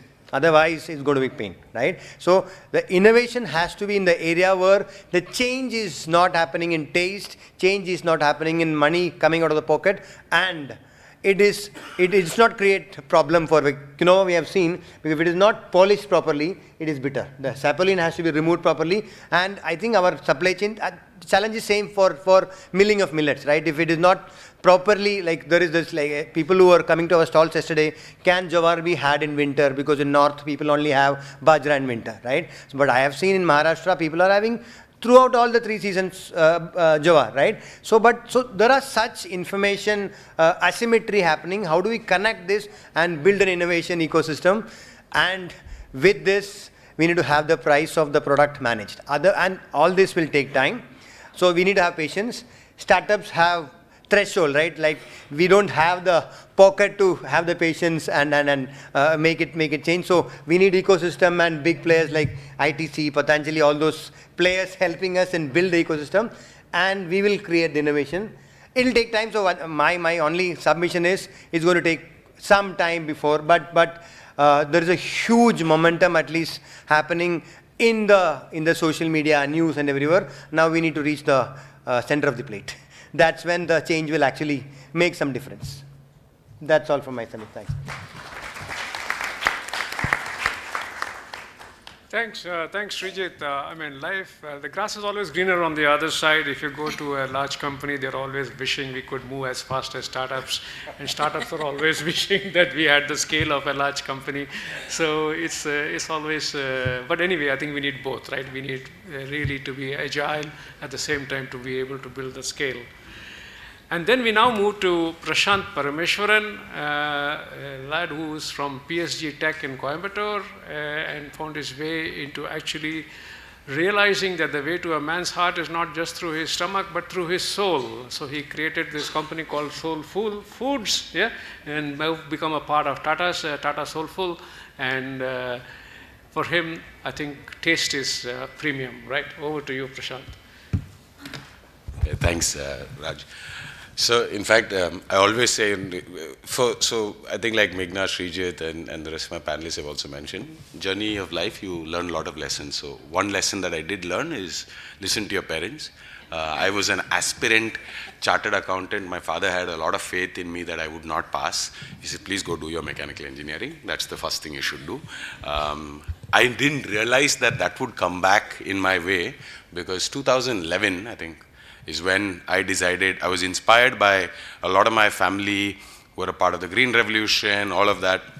So I've been in an agrarian world, if you will, but at the same time had a lot of consumer exposure.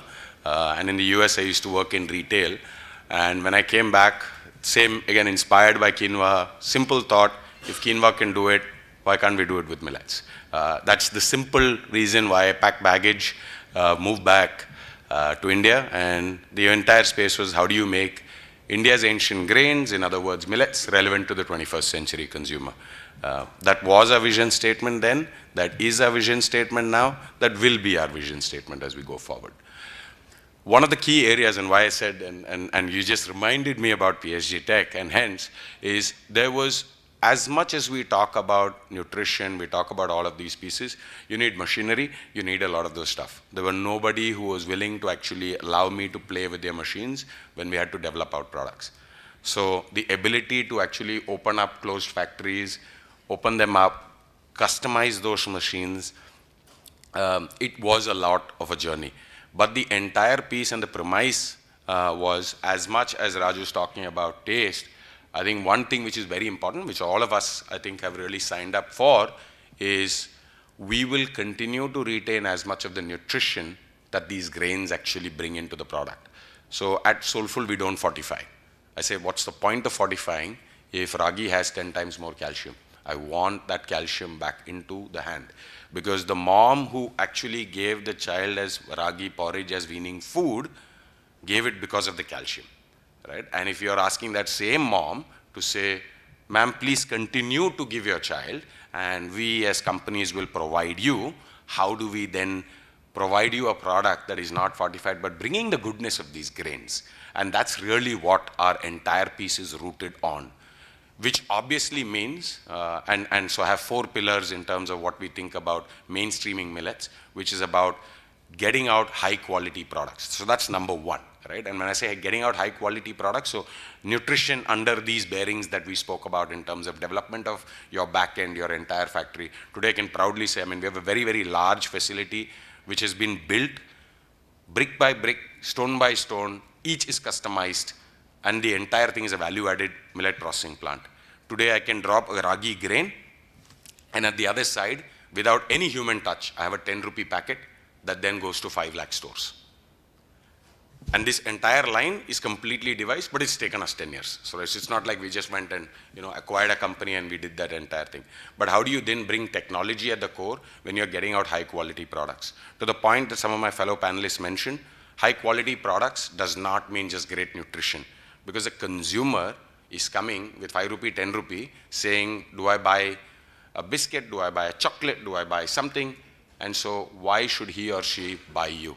I mean, we all care about millets, we care about International Year of Millets. That person is saying, mere paas 5 rupees, 10 rupees hai, mere ko maza karne ka hai. Right? And that's all that he or she is thinking. So how do you then develop out a product which is not just delivering on nutrition, but also delivering on really, really good superior taste?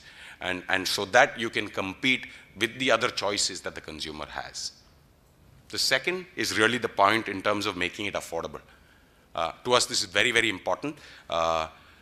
As much as we have, and we did start, we have a lot of range of products which are 200, 300 rupees. The large amount of our entire cost is how do you mainstream millets into India, which is by bringing in products in 10 rupees, 15 rupees, affordable price points. And that's an entire game. So which means the economics of how you're manufacturing, how you're working out the entire business model becomes important because you have to scale. And in India, if you don't scale, it's just going to be a small niche. I mean, it's nice, but then how do you create impact? Impact will happen of International Year of Millets only when we get the belly of India to consume. And belly of India to consume also value-added products which can be consumed in India and also be sold abroad. So that's the other point. The third is making them accessible. Today, like I was saying, we're present in 5 lakh stores. Our aspiration is very clear. We're right now part of Tata Group. This is the same group that sells Desh Ke Namak, which is Tata Salt, Desh Ki Chai, which is Tata Tea, and how do we make Desh Ka Millets, which is Tata Soulful. And that's really the aspiration of how do we take this. Today, we're there across the length and breadth of the country. We have a long way to go, but we have to keep at it, and we have to keep doing this by building these pieces. But as we do this, very, very important is how do we ensure that millets have a positive, cool, forward generation view. Today, whether we like it, we don't like it, there is the aspect of the drudgery that is there, and that's the work of marketing, and that's the work of what all of us within the ecosystem have to build together. So that's it from my end. Thank you so much.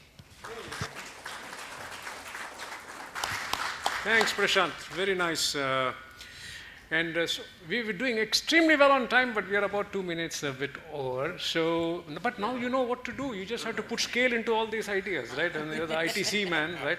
So, Shivadeep, over to you. Yeah. Thanks. So, all my esteemed panelists have already spoken a lot, so I don't think I need to speak much. Thanks for being there on a Sunday morning. This particular grain almost went through a meltdown for decades. And when it goes through this kind of a winding down, it takes almost 9x the effort for a resurgence. And when we say resurgence, it's through the value chain. Let's break this point into two large parts. One at the farm end and one at the consumer end. We heard them talk a lot about consumers, so let me start with the farm end first. People were just forced to grow a bit of millets in certain pockets of this country, and this generation of farmers almost forgotten about how to grow millets. So the journey starts there. The journey starts with building awareness amongst farmers. The journey starts with pushing them with hell lot of knowledge. The journey starts with demonstration. So ITC with its FPOs have already started to do a lot around this area, where we are going to the farmers, talking to them about and building the awareness about why they need to grow millets. They're already an anxious bunch of people, the farmers of this country today, because of the climate change. They're aware that, of the kind of issues that they are running through on a day in and day out, months after month, and it is just building on with every passing day. So there is a positive angle to that, but they don't find a demand on the other side, right? So there is substantial amount of partnership that is happening with ICMR, the IICMR. There is a lot of work that is happening in order to build this angle of confidence and credence amongst the farmers. But also partial processing needs to happen near to the farm so that this entire money flow in the ecosystem needs to happen there. And that's going to build what's the back end of this resurgence. The front end of the resurgence is all about consumers, and we have heard a lot, but let me talk about India is not one. That's an illusion, right? So there is multiple Indias in here today. At least you can break India into 4 large pockets, wherein the first part of India, or you can call it India Alpha, that's only 1.8% of the population. That's where all the early adoptions happen. And we were talking about modern trade, we're talking about e-commerce, we're talking about expensive product solutions. Prashant talked about rupees 10, and that's very critical. So, and I'll come to that part very quickly. So this is where the early adoption of the health-seeking consumers are. If you look at India 3 or India 4, that's simplification of health. But if it has to really scale up, it's the belly of this country, which is the health balancers, where people are open to picking up this category, but there are lots and lots of questions. Now, if we are listening to consumers day in and day out, we are listening to social listening tools, etc., and there the basic questions still prevail. I really don't know what to make, how to make, is it really tough to make, etc., etc. So the core proposition with which ITC is moving ahead is with the idea of creating convenient products where millets is in the core. So it's basically with the core motto of help India eat better. And taking large brands, so you have a Bingo Tere Mere, which is millet based products, which is going to be there in the country soon. There's an EP which is going to be made, where noodles are going to be made out of millets. Then you have the entire Ashirvad portfolio, where from upma to poha to the dosa mix to the idli batter mix, etc., which is all millet based, right? And then you have the ITC hotels, and they are going all out to create millet based menus at a different touch point altogether. It's probably that 1.8%, but that's a different touch point altogether. And then there is a bunch of cloud kitchen now only in Bangalore, now going through an expansion phase, who are actually making a lot of products based out of millets and can be ordered through Swiggy and Zomatos of the world. So the idea that we are trying to talk about is not just what ITC is doing, it's about creating a 360-degree push. It's just not about innovation in one space. We know, and Prashant talked about 10 years of effort put behind. We know the kind of issues that happen, to make something which is tasty enough. Tasty enough. We heard the ragi example of somebody going for a swim in the morning and having ragi for a decade or from her mother and not really liking it. So the code that we need to break is the taste code. There's a lot that has happened in that area, because if this mass acceptance needs to happen, it's to happen at 10 rupees, it has to happen at 15 rupees, it has to happen with the taste code in mind. And these are not easy tasks with the, and different areas where it's the granularity of the particle, yes sir, and whether it's the alcoholic acidity, etc. But that's the code that we need to look at. So with that, I'll end. Thank you very much. Sorry I had to interrupt you. Yeah, thank you. I made a commitment of 12:30 to Mr. Rao, so.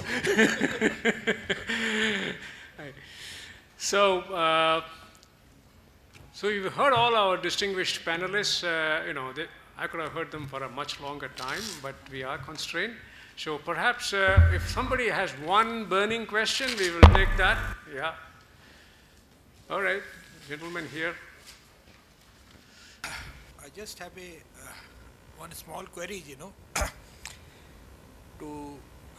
I appreciate the kind of scale up and to Tata and Meghna and the kind of thing that we required, but taste to tongue and harm to health, all tasty food may not be healthy.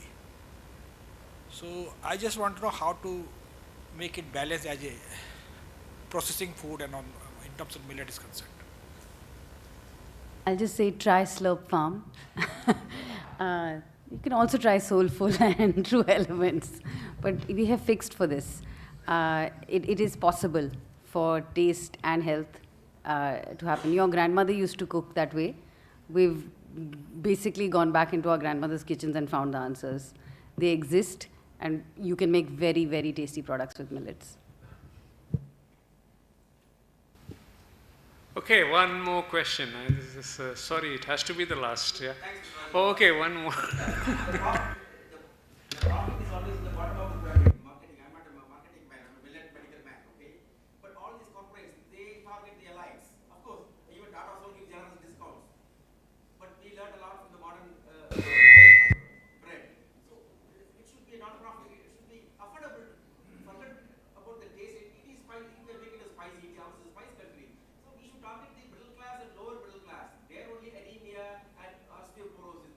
To cure country, make it very, very affordable. Put it, you don't make profit out of this. Tata has got a lot. So we want non-profit, even government to come into this millet-based food, so that we should be the example. What Gandhi said, it is not that merely marketing or elites. The poor Indians should benefit. And health of wealth for the poor, this is the easy way. Thanks. I think that's a great suggestion. I think everyone's working on that. So we'll just take that on board. It's involved the government as well, it's not only private. Yeah, maybe I can't say no to the lady, so last question to the lady. Yeah. First of all, amazing. It is my grandson, he's around 8 years, who would never go in for millets. Soulful, the pictures on it attracted him. Same thing with Slurp, the hippopotamus, he loves it. And me being a diabetic, True Elements, in my pack, I have your trail mix. So yes, I understand where you all are coming from. I'm a dietitian, completely reversing diabetes based on your millet products, and it's in proof. What I find, the kids, we have to start enticing them with beautiful things like what you guys are already doing. It starts with kids, because when they grow up, they'll follow. What about elders? We are stuck in a particular frame, but when you prove that millets is making the difference, they also change. When you prove different disease conditions can be controlled with millets, they do change. When you show them lakhs of rupees what you would have to spend to hospitals can be reverted back, by starting millets, they change. So, yes, this is it. So we are on the right track. I love in fact, with my grandson, I was with your wife, Rasika, from Bangalore, and we did talk about millets during the COVID time. So yes, we are on the right track, and I'm sure we'll crack it. All the best. Yeah. Very soon you will be having not only Ruchi soya, but Ruchi millets also. So then you can add to the portfolio. Sir, one last question. Yeah. Sir, here. Okay. Yeah. Sorry? I'm Sahil, sir, and my question is to Prashant and Mr. Banerjee. We talked about campaign and changing the consumer behavior. Do you see the role of marketing research? Why should a consumer buy? Have we really done any study in understanding the minds? And like ITC Chopal has a good place, where you can tag the consumer with the producer. This is guru of research. I'm going to let him only take this on. No. Actually, very sharply, consumer needs is the core of whatever we do here, all the panelists sitting here. And that's a lot to dependent on the consumer research or inciting that you're talking here. All consumers understand millets are great for health. It's our duty as marketeers to convince them to adopt it at scale. So, yeah.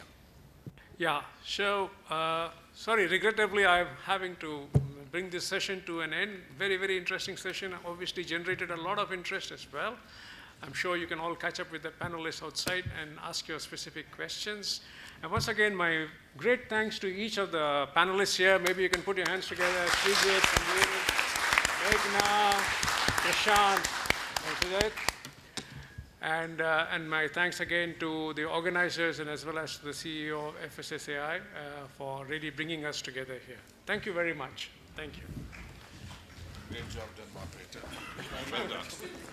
Well, in the past period, comes in Yeah, sabko.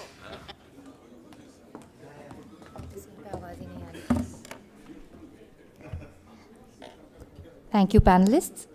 May I now request Mr. Rajagopal to kindly present mementos as a token of appreciation to the panelists.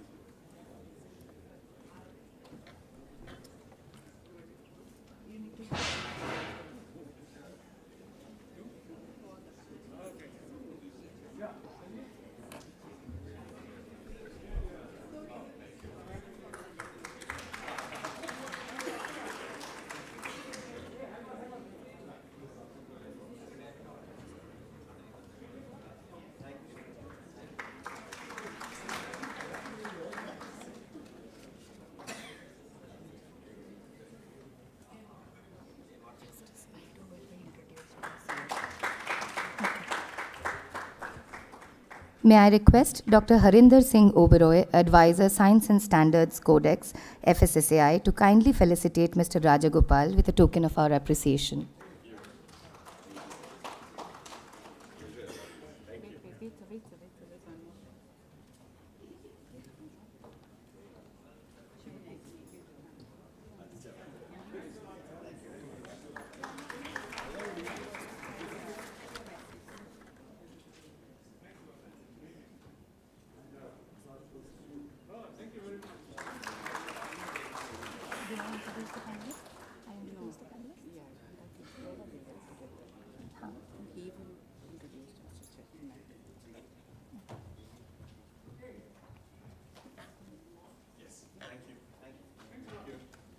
Thank you.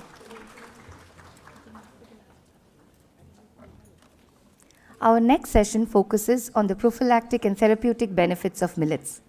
Millets are known to have various prophylactic benefits, such as reducing risk of cardiovascular diseases, control of diabetes, good source of antioxidants, slowing down muscle degradation, and many more. This session will bring to light these benefits offered by the crop.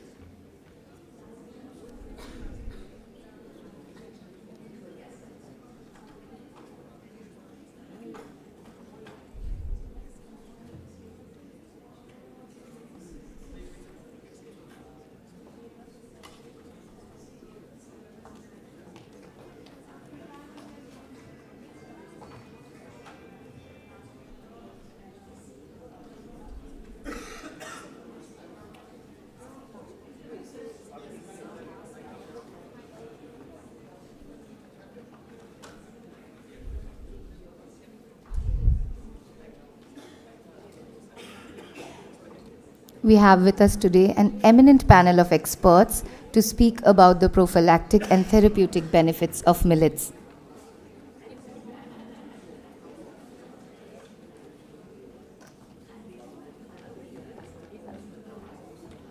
May I now invite them on stage. Dr. M. Srinivas, Director, AIMS. Dr. Srinivas has over 3 decades of experience across various positions in the academic, administrative, and research fields. Chef Thomas Gugler, President, World Association of Chefs. Chef Gugler is a certified executive master chef who has won various medals and awards. Dr. Shree Devi Annapurna Singh, Director, Central Food Technological Research Institute. Dr. Singh has over 3 decades of experience as an accomplished food technologist and active researcher. She holds 11 patents to her credit. Ms. Anuja Agarwala, Nutrition Consultant, Genetics, AIMS. Ms. Agarwala is a clinical and public health nutritionist specializing in pediatric nutrition. Ms. Amisha H. Parikh, Trustee, Seva Charitable Trust. Ms. Parikh dons different hats within the organization, from fundraising, marketing, head of programming and coordination, to identifying projects to empower women and youth.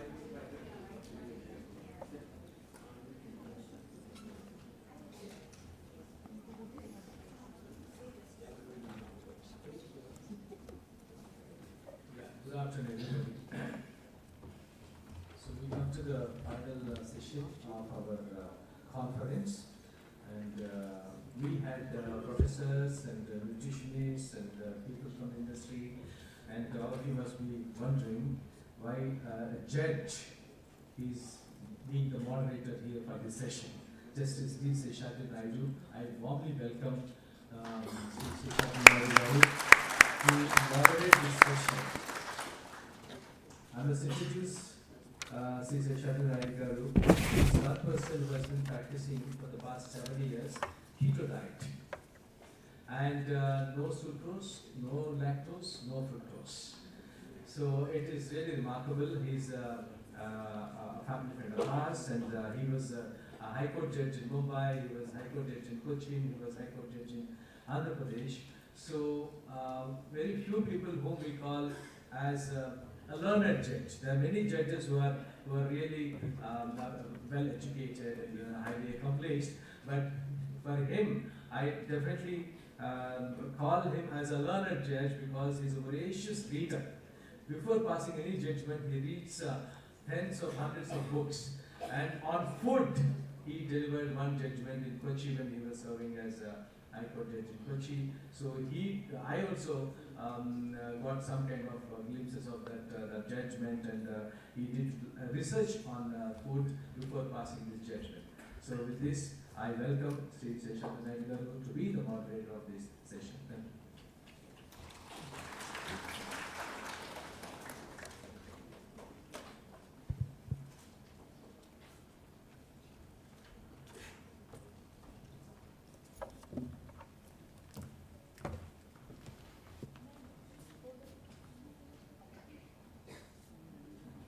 Good afternoon. You must have heard about my profession. So I need to have a disclaimer. Otherwise, I'll have legal consequences. I'm a lawyer. I'm not a doctor. So I'm not a nutritionist either. But I have one qualification to be amongst you and even to be amongst the experts. That is, I eat.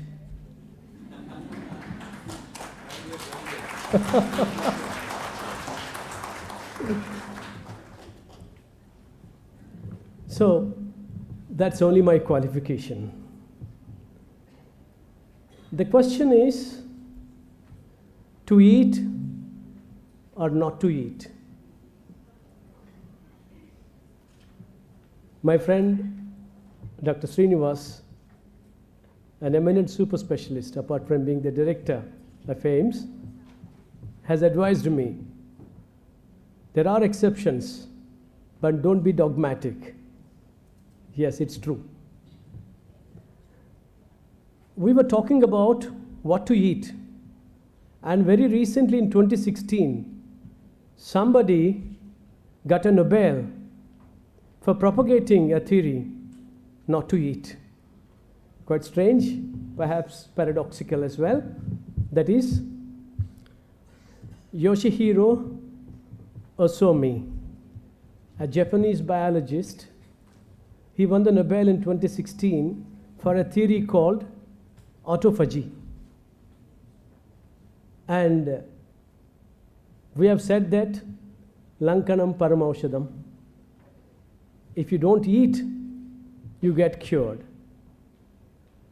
And he has said, if you don't eat, what should happen to your human body? Then of course he has theorized which way the body cleanses itself and has got the Nobel. Anybody interested could as well have into it. With that one, now comes a fad, that is intermittent fasting. There are 3 types of intermittent fasting. One is called 8-16, skip one meal, have 8-hour window, and then 16 hours eat whatever you want. Then somebody calls, like Jason Fung, 5-2, eat 5 days, fast 2 days, whichever way intervals. And the next one is OMD, 1 meal a day, eat 1 meal a day. Right. Now, my friend Sri Kamalvardhan Raoji has told you about my experience on the bench about the food. It's not food per se, but related to. When I was in Kerala serving as a judge, somebody filed a writ petition. It is, the contention of that man is, he's Anup. If any young graduate is here, Anup versus State of Kerala's judgment, you can Google it. That man said, I work very hard every day. I'll have my relaxation in the evening. I would like to take some liquor. What's the government's problem? So, what I should eat, what should I should drink is my own concern. It amounts to my fundamental right under Article 21 of Constitution of India. So, government should not impose any restrictions on these things by way of excise laws. So, declare all excise laws, that means liquor laws, as ultra vires the Constitution. That means beyond the competence of the Constitution. That's what. So, usually you could expect the theory, the result, we dismissed it. And before dismissing it, I felt a bit curious about to know the story of liquor. And mind you please, as I would like to say, one man's food is another man's poison. Churchill, up to his 90s, every day smoked cigars non-stop. Doesn't mean that everybody doing that and still surviving to that extent. In this case, I wanted to study the story of liquor. Then I bought one book, a curiously titled book, that is A Brief History of Vice. The book says, rather convincingly I felt that way, that we are Homo sapiens. Our predecessor in Avatar was Homo erectus. And this Homo erectus started walking on his feet, though gawky and ungainly. Then he wanted to go after the game, to kill an animal and have it. He wanted an instant burst of energy. He realized fruit gives him that, because it's pure carbs, instant energy. So he started gathering the fruit and consuming that. He also realized the riper the fruit, the more calorific it is. And also he would avoid climbing and facing the danger of dropping off. So he started gathering the fallen fruit. He takes it to his cave. One day it stands and he eats it. The second day or fourth day it putrefies. In his desperation, he drank that liquid as well. So he realized it gives the same amount of calorific energy or instant burst of energy. And you see the fun. On water bottle you can see nutritional value saying that calories 0. But have you ever seen any nutritional values mentioned in a liquor bottle? It's very, very calorific, high calorific drink. Empty calories, that's a different story. Now, this caveman in his desperation drank that and felt the same thing, and it had got an additional one that is a bit of a high. So he went hunting, met, according to him, the writer, another bushman. So he shared his idea.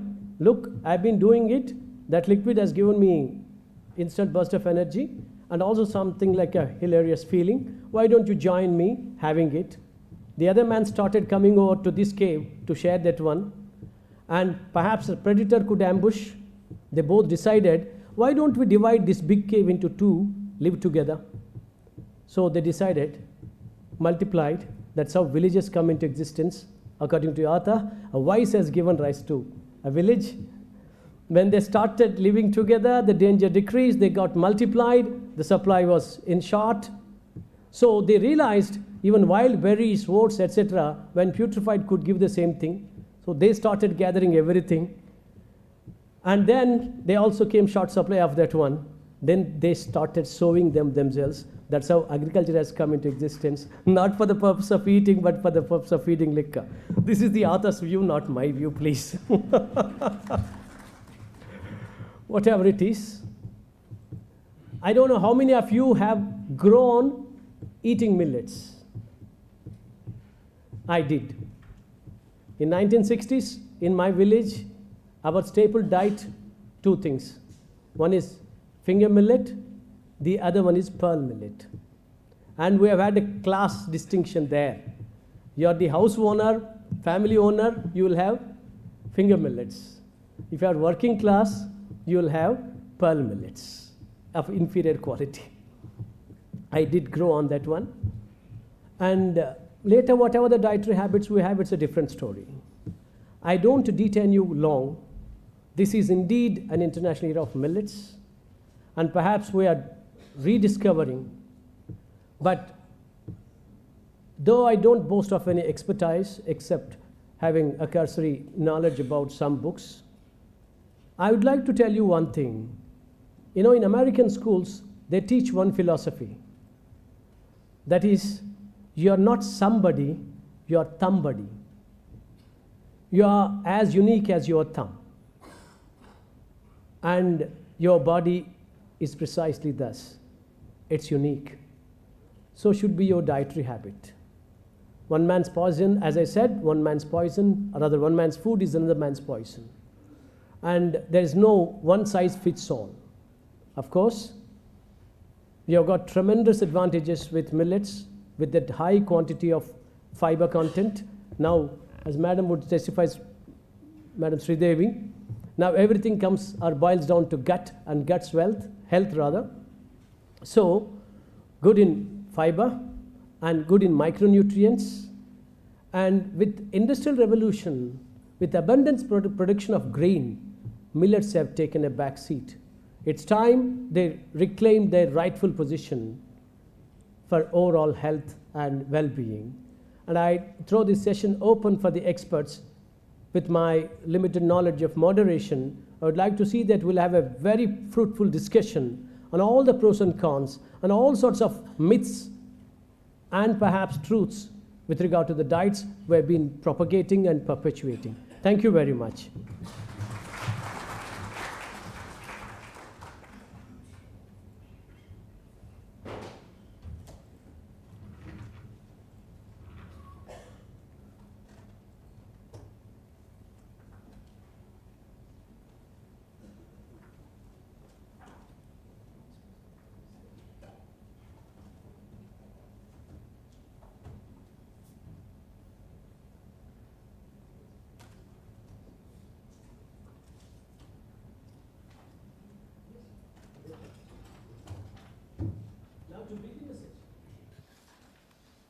Now, to begin the session, I would like to request Dr. Srinivas, the director, AIMS, to have his view on what could be the impact of the millets, to begin with, on our diet and which way they could be sustained.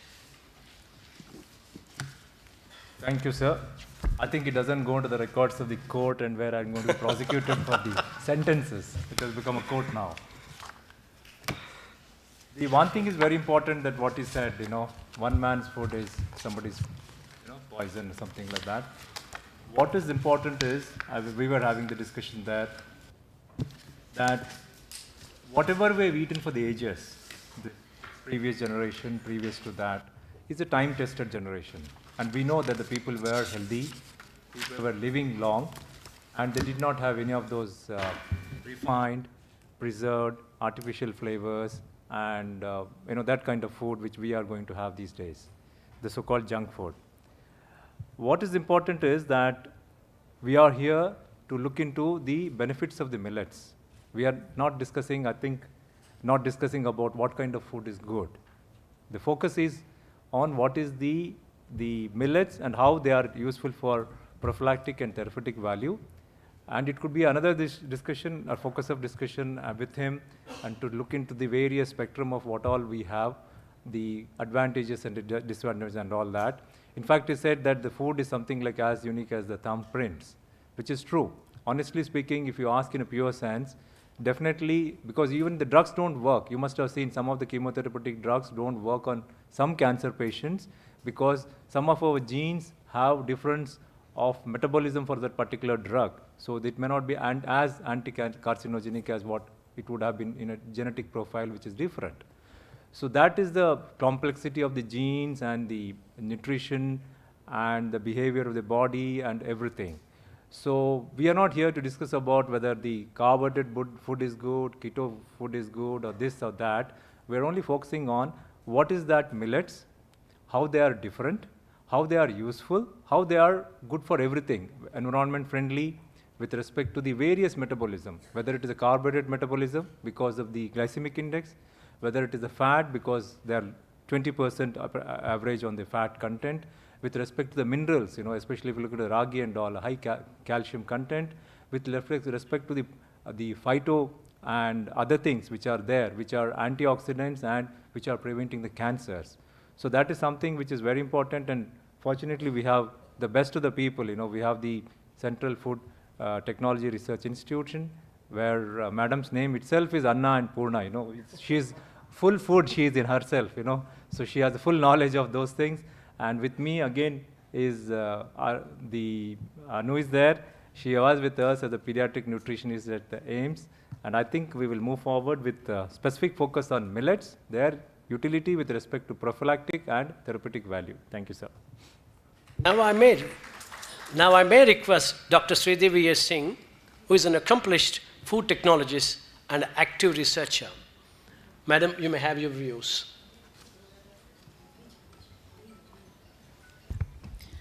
Thank you. I also thank the FSSAI for their kind invitation, and I'm happy to be here. So everybody has been talking about the goodness of millets. So I would like to just talk as a post-harvest technologist, what are the issues that people do face? So often we are coming across the word anti-nutrients. And for a processor, we need to take care depending on who the consumer is. When you say anti-nutrients, it could be trypsin inhibitors, it could be oligosaccharides, it could be lectins, so many of them are there. These are also called nutraceuticals when adults consume it, because they are the minor molecules that are present in the food which give a health benefit. But when you talk about children, when you have foods that are high in fiber, that can hinder the absorption of the essential nutrients, and they are in the active phase of growth. So it is very important how we are designing the food, to whom we are addressing it. Now, how do you really make the food better in terms of the nutritional bioavailability? Traditionally, if we look at millets also, we have been soaking them, we have been germinating them, we have been fermenting these foods, and definitely these do take care of many of the issues, but it does not go away 100%. For infants, for example, for my children also, what we used to do was to take ragi, germinate it, remove the seedling that is coming, the rootlet as well as the shoot, and then only the fine endosperm used to be powdered, and that used to be sieved through a muslin cloth, so that you're getting mainly the protein and the carbohydrate fraction. So when you're eating whole millets, especially for an infant, it is not good. So I just wanted to stress on this point that although we are talking about the goodness, we need to know who is consuming it and how much is going to be consumed and so on. Now, again, when we come to processing, you do find a lot of gaps and challenges because many of the machines and equipment that are used for processing millets have been adopted from either rice milling or wheat milling. But the physicochemical characteristics of these seeds are very different as compared to rice or wheat. So we need to develop equipment so that we get optimized milling thing. Another way of also addressing the anti-nutrients would be dehulling itself. But then many people believe that whole grain has to be consumed. But in the whole grain, especially the outer bran layers, you have a very, very active lipase that is there.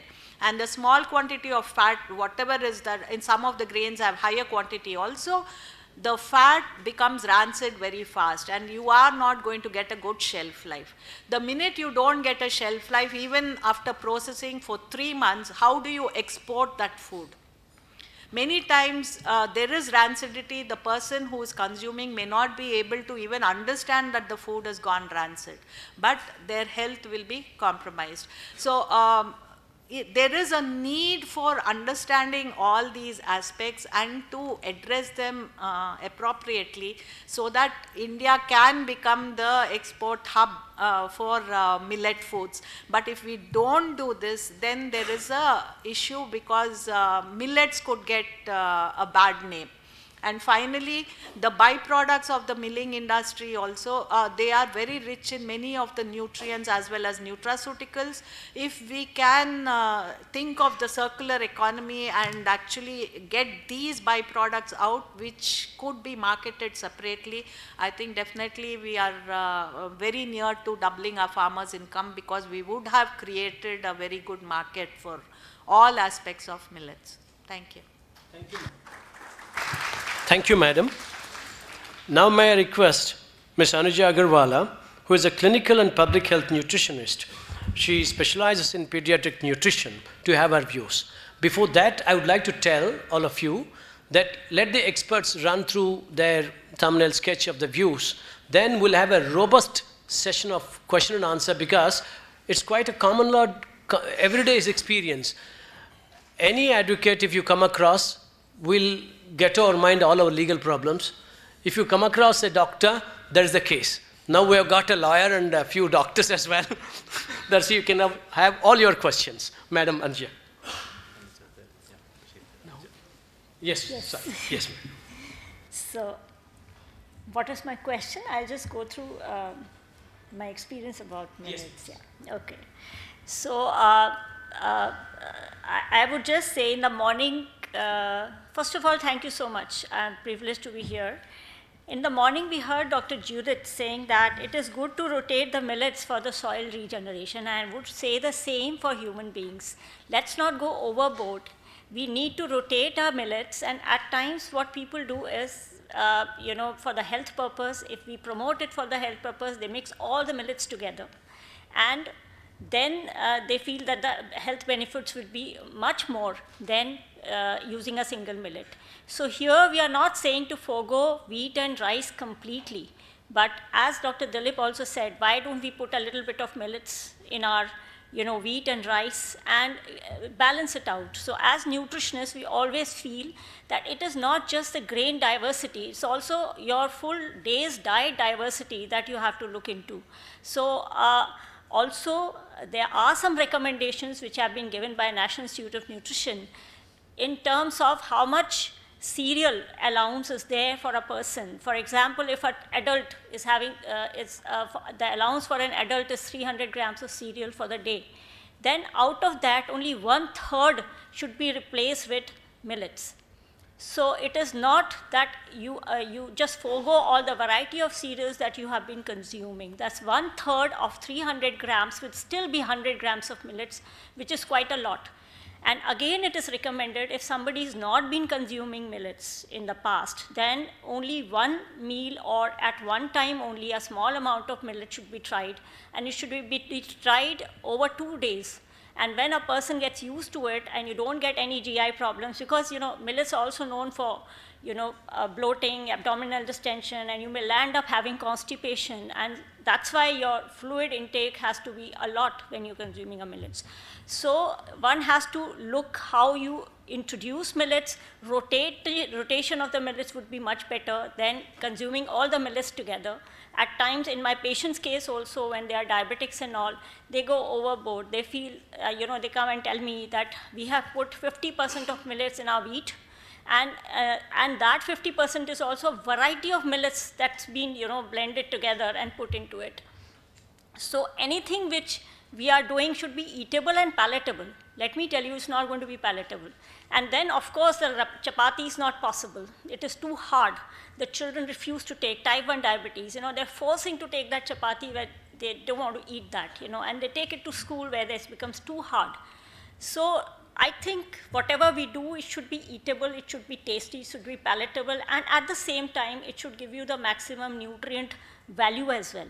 Again, I would again say there is again a recommendation of how much carbohydrate. There is a ratio of carbohydrate to fiber.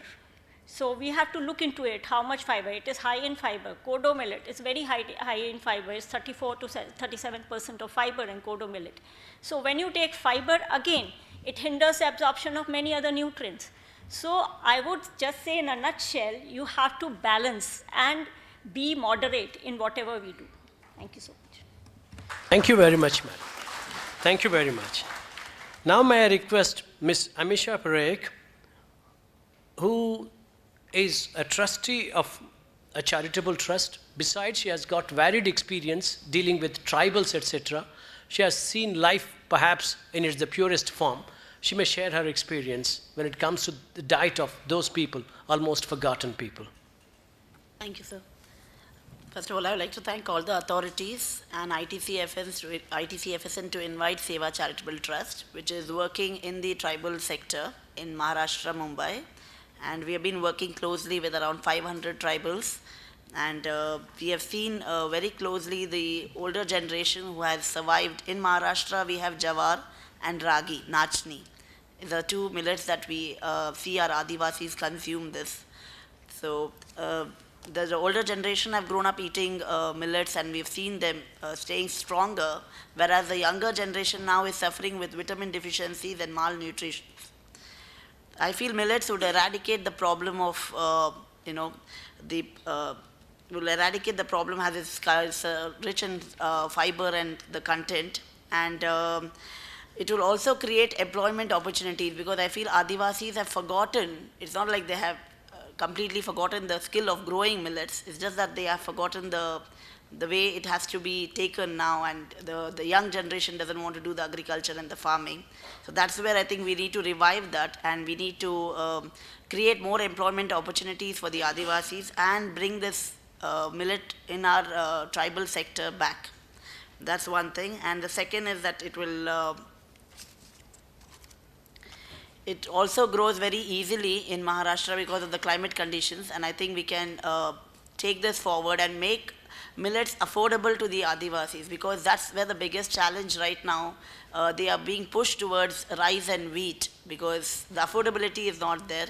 And then where do they go and purchase? That's the second question that's also coming up, because millets are not easily available for them at this point of time. And though we are in Maharashtra, the rates are the same where they purchase from a grocery store. So we're looking at something which is affordable factor for them to increase. And the last is they have forgotten the recipes that were being made with millets. These are the traditional recipes that we've lost from the Adivasi culture, and that we will revive back with this thing. Thank you, sir. Thank you very much, madam. Now we have an international expert, Chef Thomas Yegugla. He is the president of Old Chefs and also vice president, Saudi Arabian Airlines Catering for 4 divisions. And he has fallen in love with India, visited India, I'm told, at least 40 times, and he loves Indian food as well. Despite his international experience, why I called upon him to address in the last among the experts is, he's a chef. He needs the ingredients. And I think the other experts have provided that. Please take over. So thank you very, very much. For me, it's a great pleasure being here and representing the power of the white jacket. I know it's a big statement, but we have millions of chefs in our organization, about 12 million, and definitely all of you are chefs, little chefs, bigger chefs, homemade chefs. And for us, the most important thing is definitely to eat. And what is the most important out of the eat? It's healthy food. And make the world population to not feel in hunger, starvation, and having problems with their daily, I so would say, intake of food. I traveled the world extensively. I visited 189 countries, and I believe one of the most important things to make people happy is good food, and every day a hot meal. I have a good friend here. He is an iconic chef, and you all know him, the chef with the red turban, Manjit Gill. And he is in my committees, he is around the world, and he represents India. And he and his colleagues from IFCA, they brought me to India the first time, and I really felt in love, because Indian food for me is one of the best in the world. Saying that, because you have such a great variety of food. And he took the initiative to write a book with chefs from India, from all the regions, and definitely also from around the world. And that book has been launched yesterday during the opening ceremony of the Global Millets Shree conference. And I'm very proud of that. Now, talking about millets, millets will, can, and have to play an essential role in the future decades to come to make sure that the world population will have enough food in the coming decades. Millets, a product which Mother Nature gave us and gives us, which have a lot of very, very positive aspects. It's very powerful, it's meaningful, and definitely it's very, very simple to grow because it's a very tolerant crop, which doesn't require a lot of water. One of the most difficult things in the future will be not having enough water on the planet. So what's the best to do? Having ways in growing raw materials in a very sustainable way and not using other resources which we as human beings and definitely also our animal world needs to further grow and grow. Millets are very, very tasty raw material and with a lot of, I so would say, potentials to make the world feeding go into a more sustainable direction. Yes, as I heard, a lot of you had millets in the past when you was young, and it has been a little bit forgotten due to the past decades because industrially driven other crops has been taken over, partially on enforcement from, I so would say, directions of people who think that this is the right way, but it is not. We always have to think of one thing, that we have only one Mother Earth available. And this Mother Earth, I so would say, can make us happy, can give us what we need on a daily basis if we are careful and respecting the world properly. So now, I'm urging not only all of you and the population all around the world to think twice what you eat. Millets, as I said, will play an essential role in the future, and I'm guaranteeing you, with my little small army of 12 million chefs, we can make a difference. And this difference will be done in promoting millets all around the globe on a very intense way, because we all believe in this product, number one. Number two, as been said, I think India, one of the two most powerful countries in the world in regards to population, definitely is also rethinking. It's struggling partially in feeding the people because we have been misled by a lot of industrial, I would so say, directions. And if we rethink a little bit, the future will be very, very bright. Counting on all of you, make millets, I so would say, as of 2023, the year of millet, one of the future superfoods to come.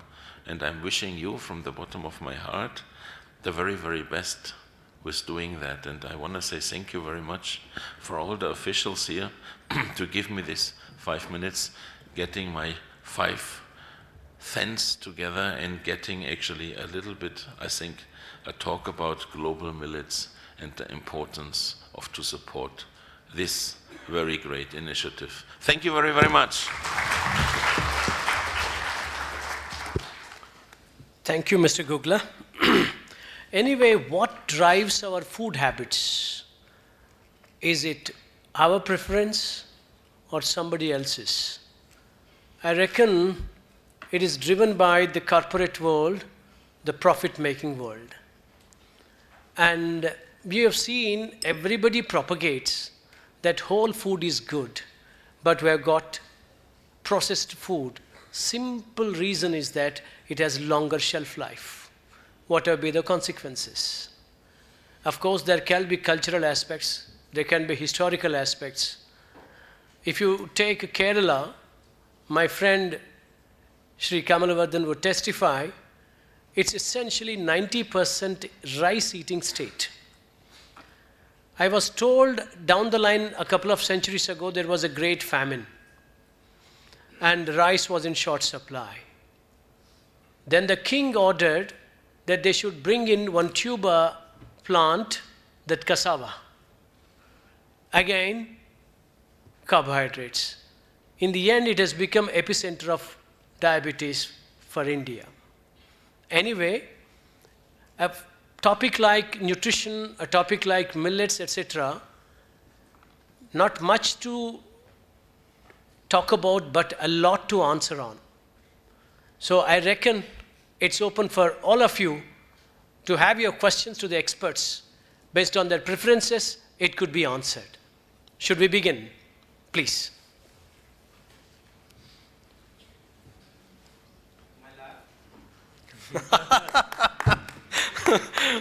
You stole the light, the thunder rather.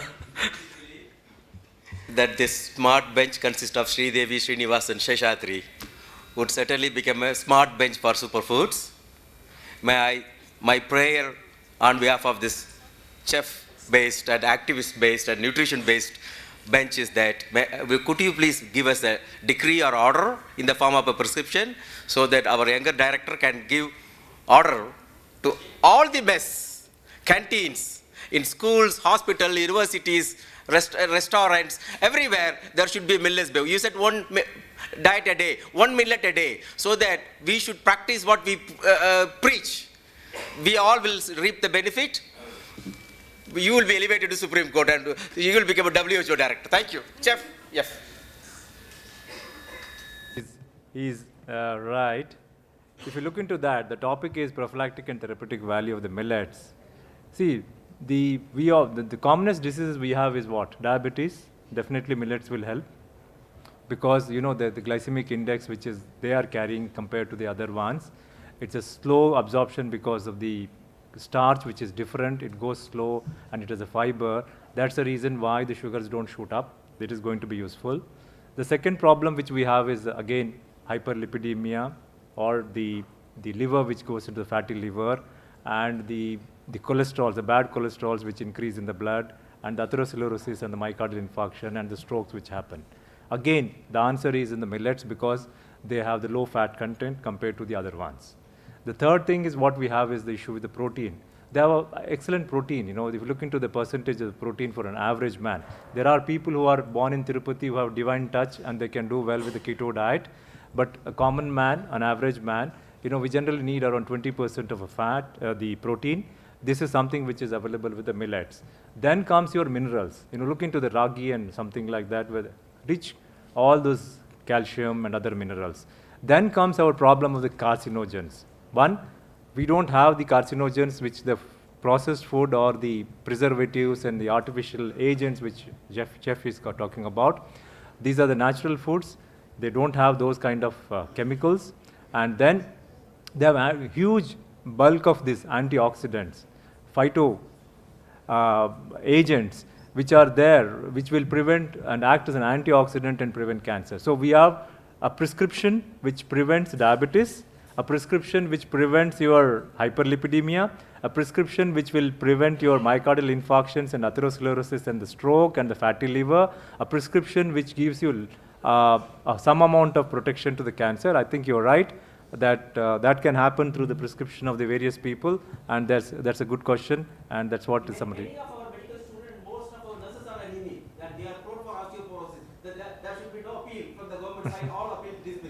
Thank you.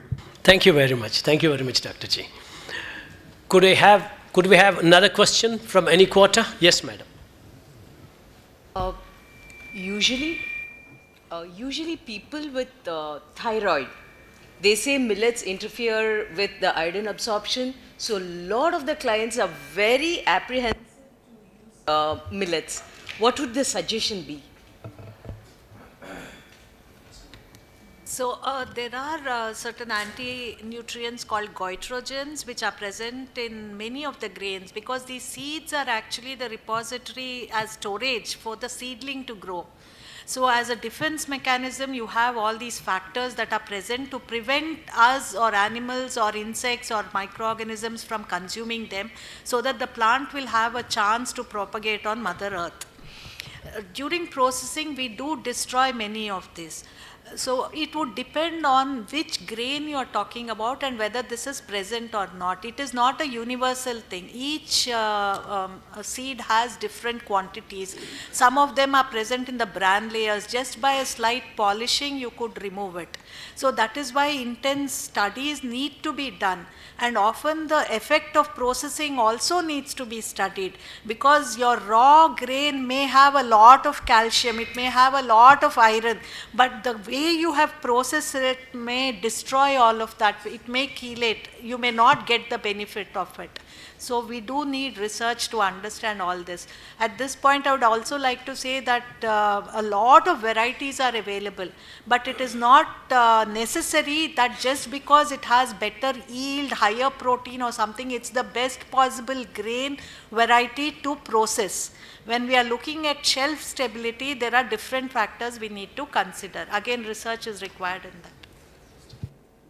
Yes, please. The other thing is, see, we don't eat that particular goitrogenic millet completely. So, see, the very fact that there are certain agents, see, so sir told a very beautiful sentence, one man's food is another man's poison. And the difference between a drug and the food is again the dosage.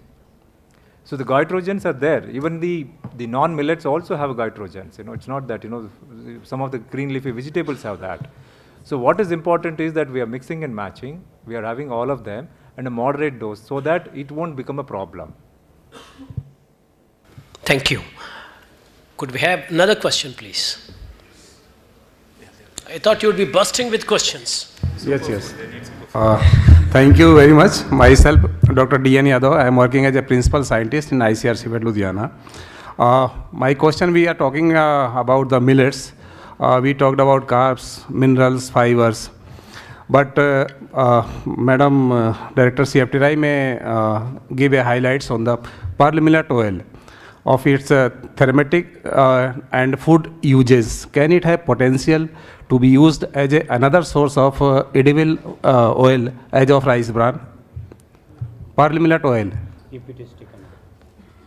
So not much work has been done right now on that, but we are thinking of looking at the millet oil and to see how it can benefit or otherwise, and how stable it is going to be. See, when you talk of post-harvest technologies, everything is on cost, of course nutrition, and also the shelf stability. If it is not stable, then there is an issue. But with Jover, certain varieties seem to have a lot more of cyanogens, And during soaking especially, they do release these toxic molecules. So again, I reiterate when I say, depending on which millet you're talking about, the processing will differ. Thank you very much. Yes. Yes, please. Yes. So there are so many millets are there. So which millet is better for cardiovascular disease? And any study or comparative study of cardiovascular disease for different millets? So which ranks number 1? Yeah, one ascending or descending order, whatever. Right. Could anybody? Yes, See, please. what is important is there are no studies to actually distinguish between all of them versus each one of them. We are only looking at the composition, and as millet as a whole, we know that they are good for cardiovascular diseases. Which amongst them is good, I think it needs some amount of research, and the best thing is what we are looking at, there are some nitrogens here, there are some fat is more here, there are fiber more here, there's a calcium more here. What Dr. Anuja said, at the end of the day, that if as long as you mix and match, don't take the same millet every day. If you take different days in moderation, I think that's the best thing which will have a cardiovascular protection. If I may I add think- to this, just Yes. one more. In Karnataka, the staple is ragi mudde. It is Yes. a ball. The way it is consumed is that you just take out a bit, dip it in sambar and swallow it whole. It is not chewed in the mouth. So we all know that the amylase activity starts with the mouth. Therefore, the glycemic index is lower than if you were to eat a ragi roti or a ragi dosa, where you are actually chewing it. So there are many, many factors which are going to determine which is good for you. And similarly, your gut microbiota may play a role. It would depend on what kind of microflora are there and how much beneficial bacteria are there. All of this is going to play a role. Indeed, that's a very valid point. When it comes to this ranking business, even climatic conditions matter. I'll tell an example. If you come to our state called Andhra Pradesh, you'd be startled that it's very, very spicy. Yes, somebody was telling that they had water in their eyes because of that spiciness. I was wondering how come a very hot state, we are very hot, environmentally speaking, hot state has such spicy food, whereas north, perhaps relatively cold, doesn't have. Then I've realized, see the wisdom perhaps of the cultural ethos. When you eat a lot of spicy food, you tend to sweat a lot. When you sweat a lot, your body temperature comes down. That's why wherever you see across the world, in hot climatic conditions, they'll have spicy food. So in that sense, perhaps it's a holistic factor having many, many factors to be considered. Any other question, please? Yes.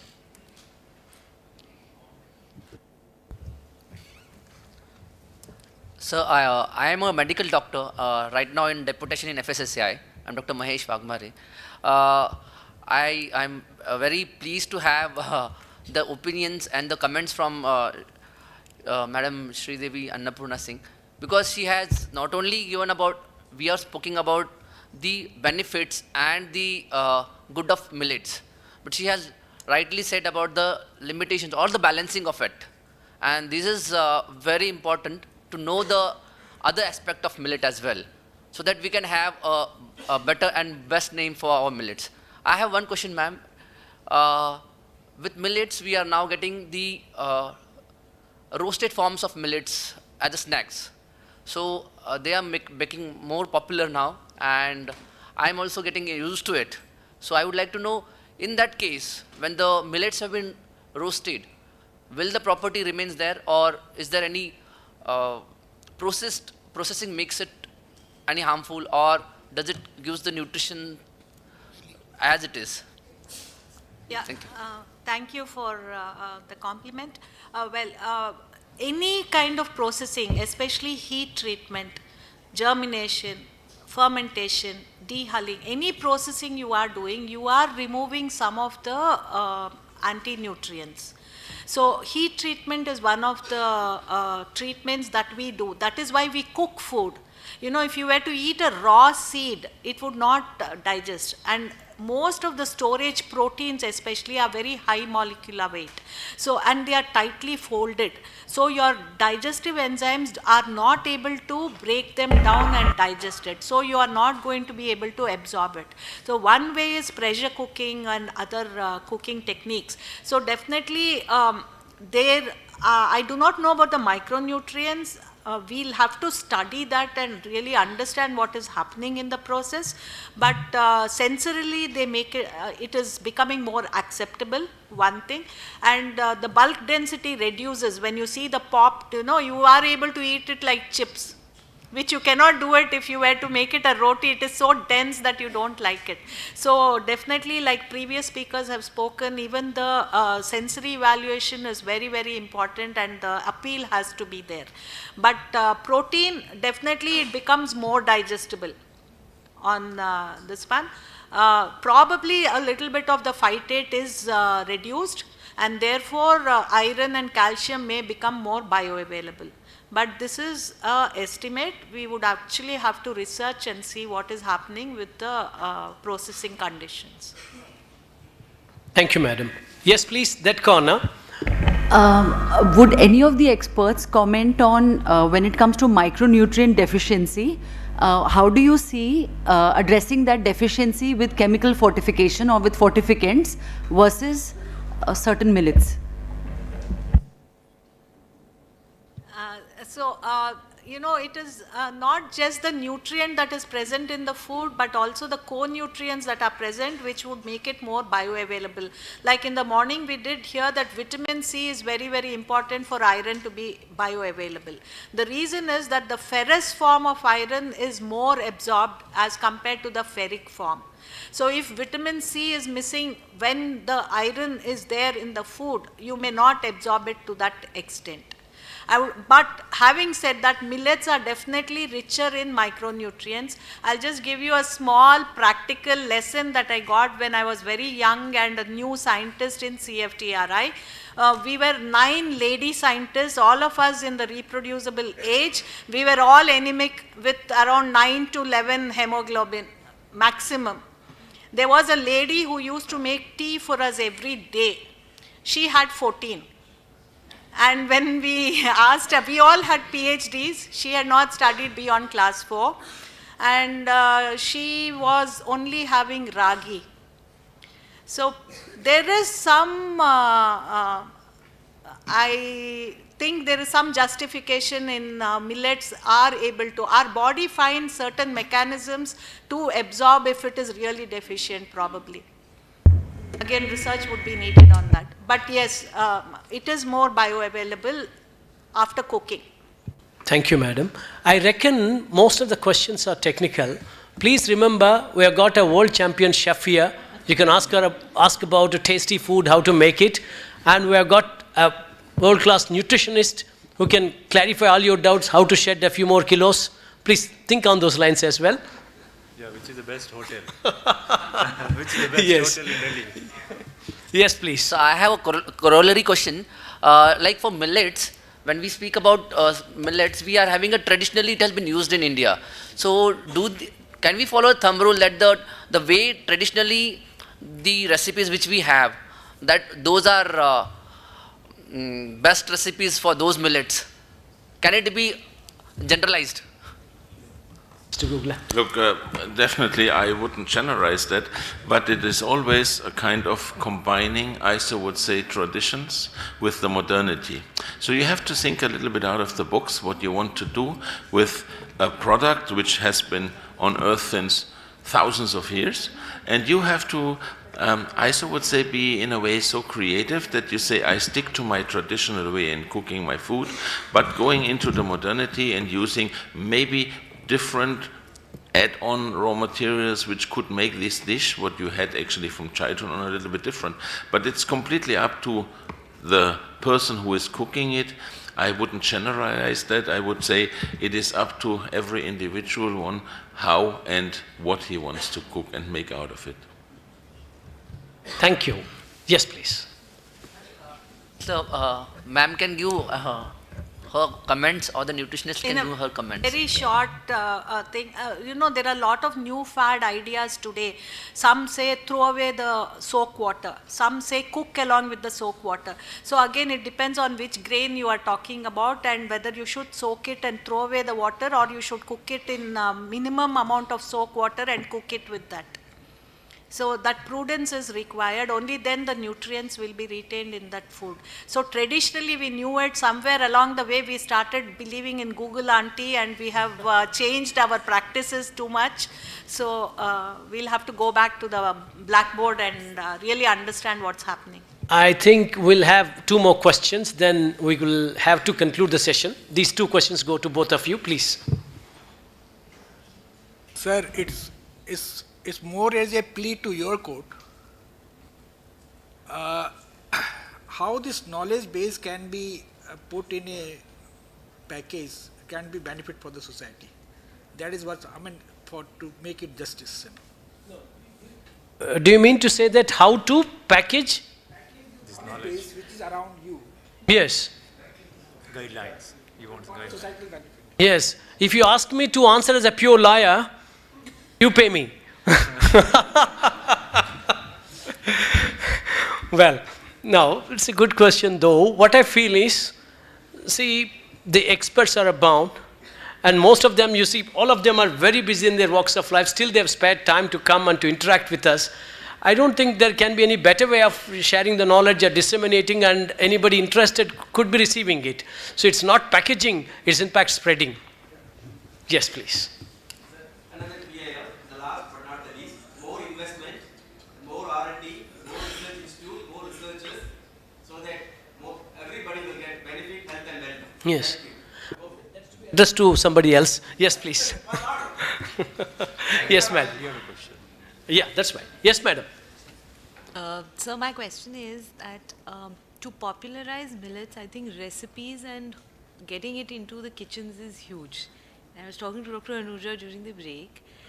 What can we do in order to get it in various life stages? What a child likes may not be liked by a young millennial versus a pregnant woman versus a toddler, or versus a growing geriatric population who might have very different needs. I think there are pockets of information that lie basis our historical consumption of millets.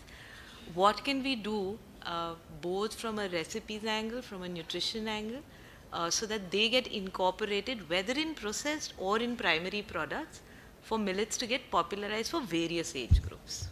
Is it your question that how can it be made popular and palatable across all sections of people? And life stages. So, right. So why not for a celiac? Yes. Why not for somebody with liver disorder? Why not for somebody pregnant and lactating? Or right. Yes, madam. Yeah, this question, you know, we are actually looking into it, collecting all the data. What is good for children below 5 years? You know, we have to be a little cautious how much millets to be given to those children. Also for the disease condition, for example, hypothyroidism, you cannot give too much of millets because it is goitrogenous, and how it is going to impact, we don't know. So, I mean, if a small amount, in moderation amount, maybe, you know, there are individual differences. It may not affect some people, or it may affect some people. So we are coming out with, you know, we are working on the disease conditions, what recipes, how they change for pregnant women, how much millet is recommended. And for that, we are collecting data, and we are going to put it together in a book form. Yes. Yes, I thought that was the last question. Now we have got last question. Can it be last question? She's asking one. Yes, please. So it's a very simple question. So I'm used to eating, you know, wheat and rice all these years. And now after attending this millet conference, I am, you know, finding it that I'm, you know, it's like missing out on the nutrients of millets. So my simple question is, if I have to add a millet in my diet, how much grams of millet I should add, other than rice and, it's a staple food for me. So how much milligrams or grams I should add? Yes. Yeah. Madam Anuja will answer that. So same is the scenario with me. I used to not have millets, so I've added in the form of, it's just a casual answer that I've added in the form of sattu. There's a jowar sattu, and every morning I just mix it in water and put some lime into it, and I've started taking it as such. This is one you can start with, and as I say, the recommendation is 1/3. So don't even start with 1/3 of the whole cereal. That is also too much actually. So start with just 1/4. I mean, it's a good idea to just take it as a drink in the form of sattu to start with. See your tolerance, and then you can increase, you can have a meal with millet, one meal with millet, and the rest of the meals with other cereals. And then you can go on rotating. Thank you so much.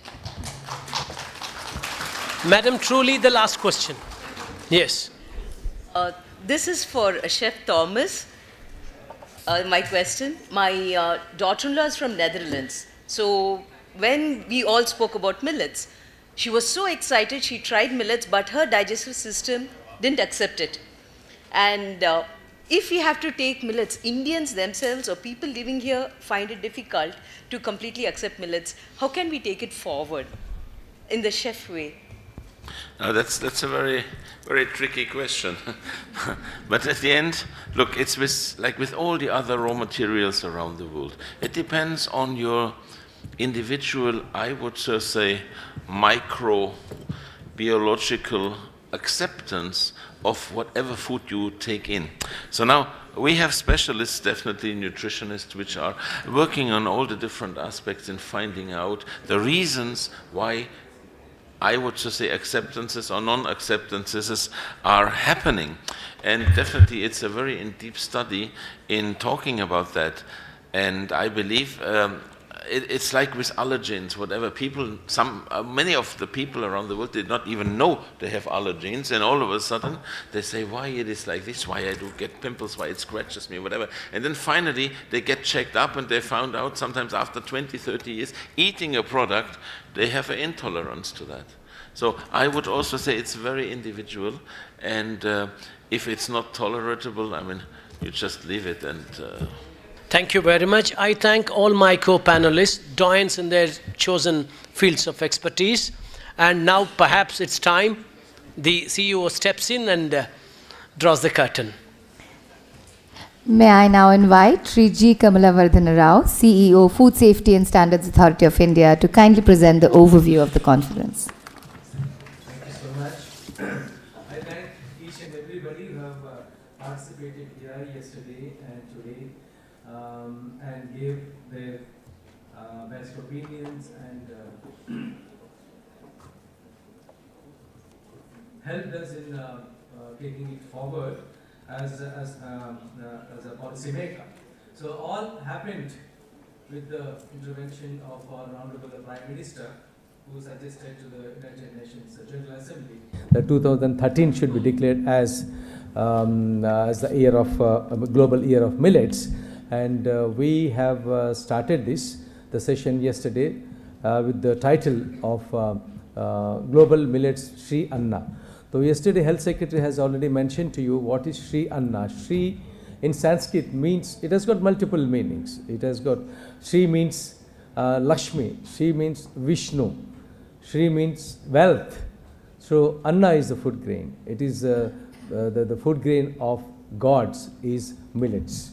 This is what we have been believing, and the Sanskrit language speaks about Shree Anna as the food grain of gods. Well, yesterday Honorable Prime Minister has mentioned during his speech about that millets is both consumer, it's good for consumer, good for cultivator, and it is good for the climate. So good for the consumer because of so many things which has been mentioned here by all our experts, the professors and the doctors, and also Justice Naidu Garu, about why it is good for the consumer has come out in various sessions, and why it is good for the cultivator. The cultivates because of the high remuneration, and high productive value, and good for the climate, because it takes the least of the water. It takes the least of the water. So that's how everything started, saying that is for the good for the cultivator and the consumer. Later, Mr. V.K. Paul, the first session started with Mr. V.K. Paul, who was a member of Niti Aayog. Then he mentioned about how do you use the technology, the technological part of it, and he called it as a millet moment, which is happening in this country. I don't think any other country in the world has taken it as a moment. So Mr. Paul has mentioned that it is like a millet movement, and we will call it as an agricultural renaissance, because the kind of availability of the production levels which are there in the world, it is less than 50 million tons. Okay, and India leads the cultivation of millets in the world. India produces 145 million tons of rice, 106 million tons of wheat, 400 million of sugar, but as far as millets is concerned, it's only 14.5 million tons. Even then, it is the highest in the world. Okay, Africa being the second largest. So Mr. Paul has mentioned about the scientific advancement and the technological advances and the habits, the behavioral pattern also. You have to change, convert yourself from maybe like Justice Naidu Garu has converted himself as no sucrose, no fructose, like that, no carbs. Minimize your carbs in the form of rice and the wheat, and try to increase in the form of millets, increase your calcium, your iron, to fill that the hunger, the hidden hunger, which the Lancet Global Health mentions about the hidden hunger, that is the lack of nutritions. For the policy framework, for policymakers like us, we have divided this entire sessions into the impact on the children, the impact on the woman and the pregnant woman. There was a discussion in the morning about the pregnant women also, and the sports persons, and how it impacts the sports person. Yesterday was a very vibrant deliberations where Anju Baby George, Kapil Dev, Gopi Chand, everybody participated and spoke about. It really wonders for me. Indians always do very well in a skill-based games, skill-based sports. Wherever you require endurance, speed, and strength, we are not really great there. Whether it's cycling, whether it's swimming, where you require a lot of endurance, a lot of energy levels, a lot of strength. But badminton being a skill game, cricket being a skill game, more of a skill game. A fast bowler requires energy and speed, of course, yes. But batsmen and the wicket keeper is more of a skill. So, but if you look at our neighborhood, Pakistan, they produce a fast bowler, but we are not producing a fast bowler. I don't understand the kind of whether it is related to food. But as it is mentioned here by Justice Naidu Garu, Anju Baby George comes from Kerala, P.T. Usha comes from Kerala. They are rice eaters, and they ran. They got the where wheat is eaten here. Okay. They discussed yesterday, the sports personalities have discussed, what should be eaten, the strength of the millet. Yes, you have to add everything. Kapil Dev mentioned that everything should be according to their body. Everybody tells what to eat, whether you want to eat. You are strong. My father is 85-year-old, touch wood. He has been a rice eater. No BP, no sugar. He has never gone to a hotel in the last 30 years, and touch wood, no surgery. No doctor put his knife on his body. It depends, as Kapil Dev mentioned, that everybody speaks about its own medicine, right? Then today's day was really intellectually highly superior, starting with Mr. Ian Givens, who spoke about the fixed effects model and random effects model and stunting in the children. In fact, a survey which has spoken about a human health index in India, almost 46% of the children below 15-year-old are suffering from stunting and wasting. One professor from New Zealand, they spoke in 1916 itself. In New Zealand, they produced a PhD on millets. So it's not that millets is new to us.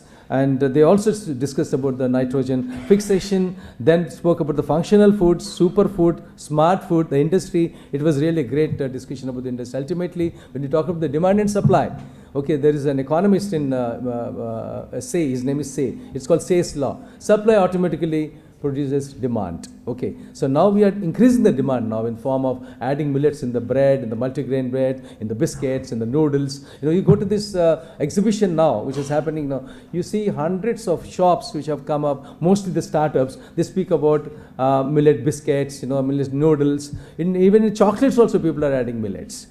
So with this, we are trying to grow the demand. So when you grow the demand, the supply, again the farmer has to really understand the supply demand mechanism and he start cultivating more, and more of acreage will come under the cultivation of millets. And the industry also mentioned about one point which I really liked, that 2013 we called 2013 as an year of quinoa.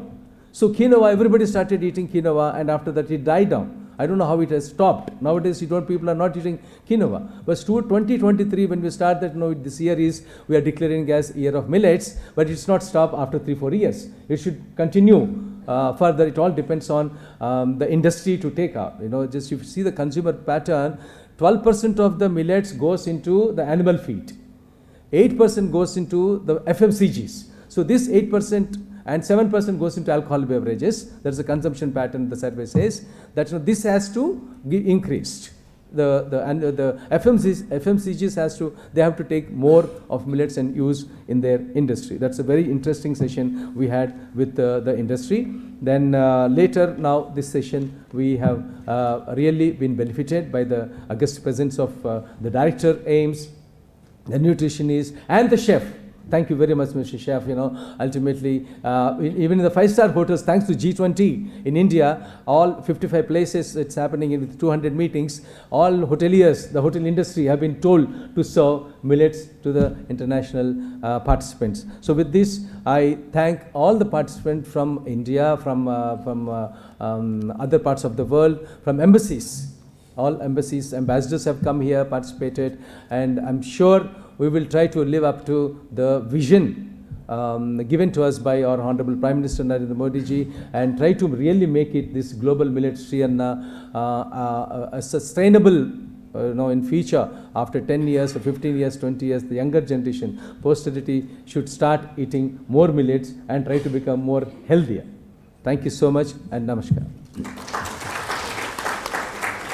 Thank you, sir. Before we bring this session to a close, may I request Justice Naidu to kindly present the panelists with a token of our appreciation.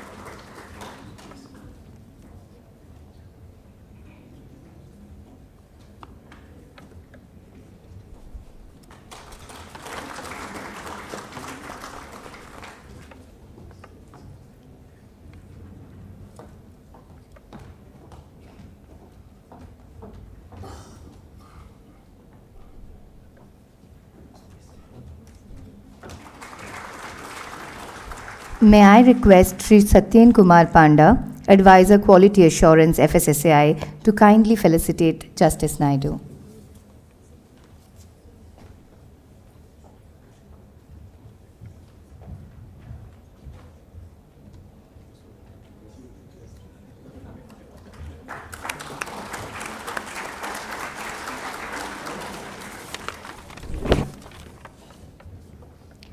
May I now request Shri G. Kamalavardhan Rao, CEO FSSAI, to kindly present a token of appreciation to Ms. Jane Karkada, Senior Director CII Food and Agriculture Center of Excellence, for CII's support and partnership to this 2-day Global Millets Shree Anna Conference.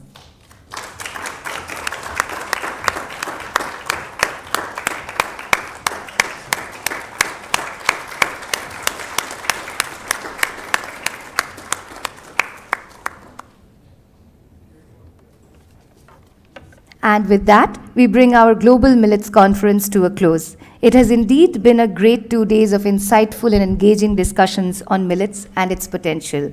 I hope all of you found the deliberations useful. Thank you very much.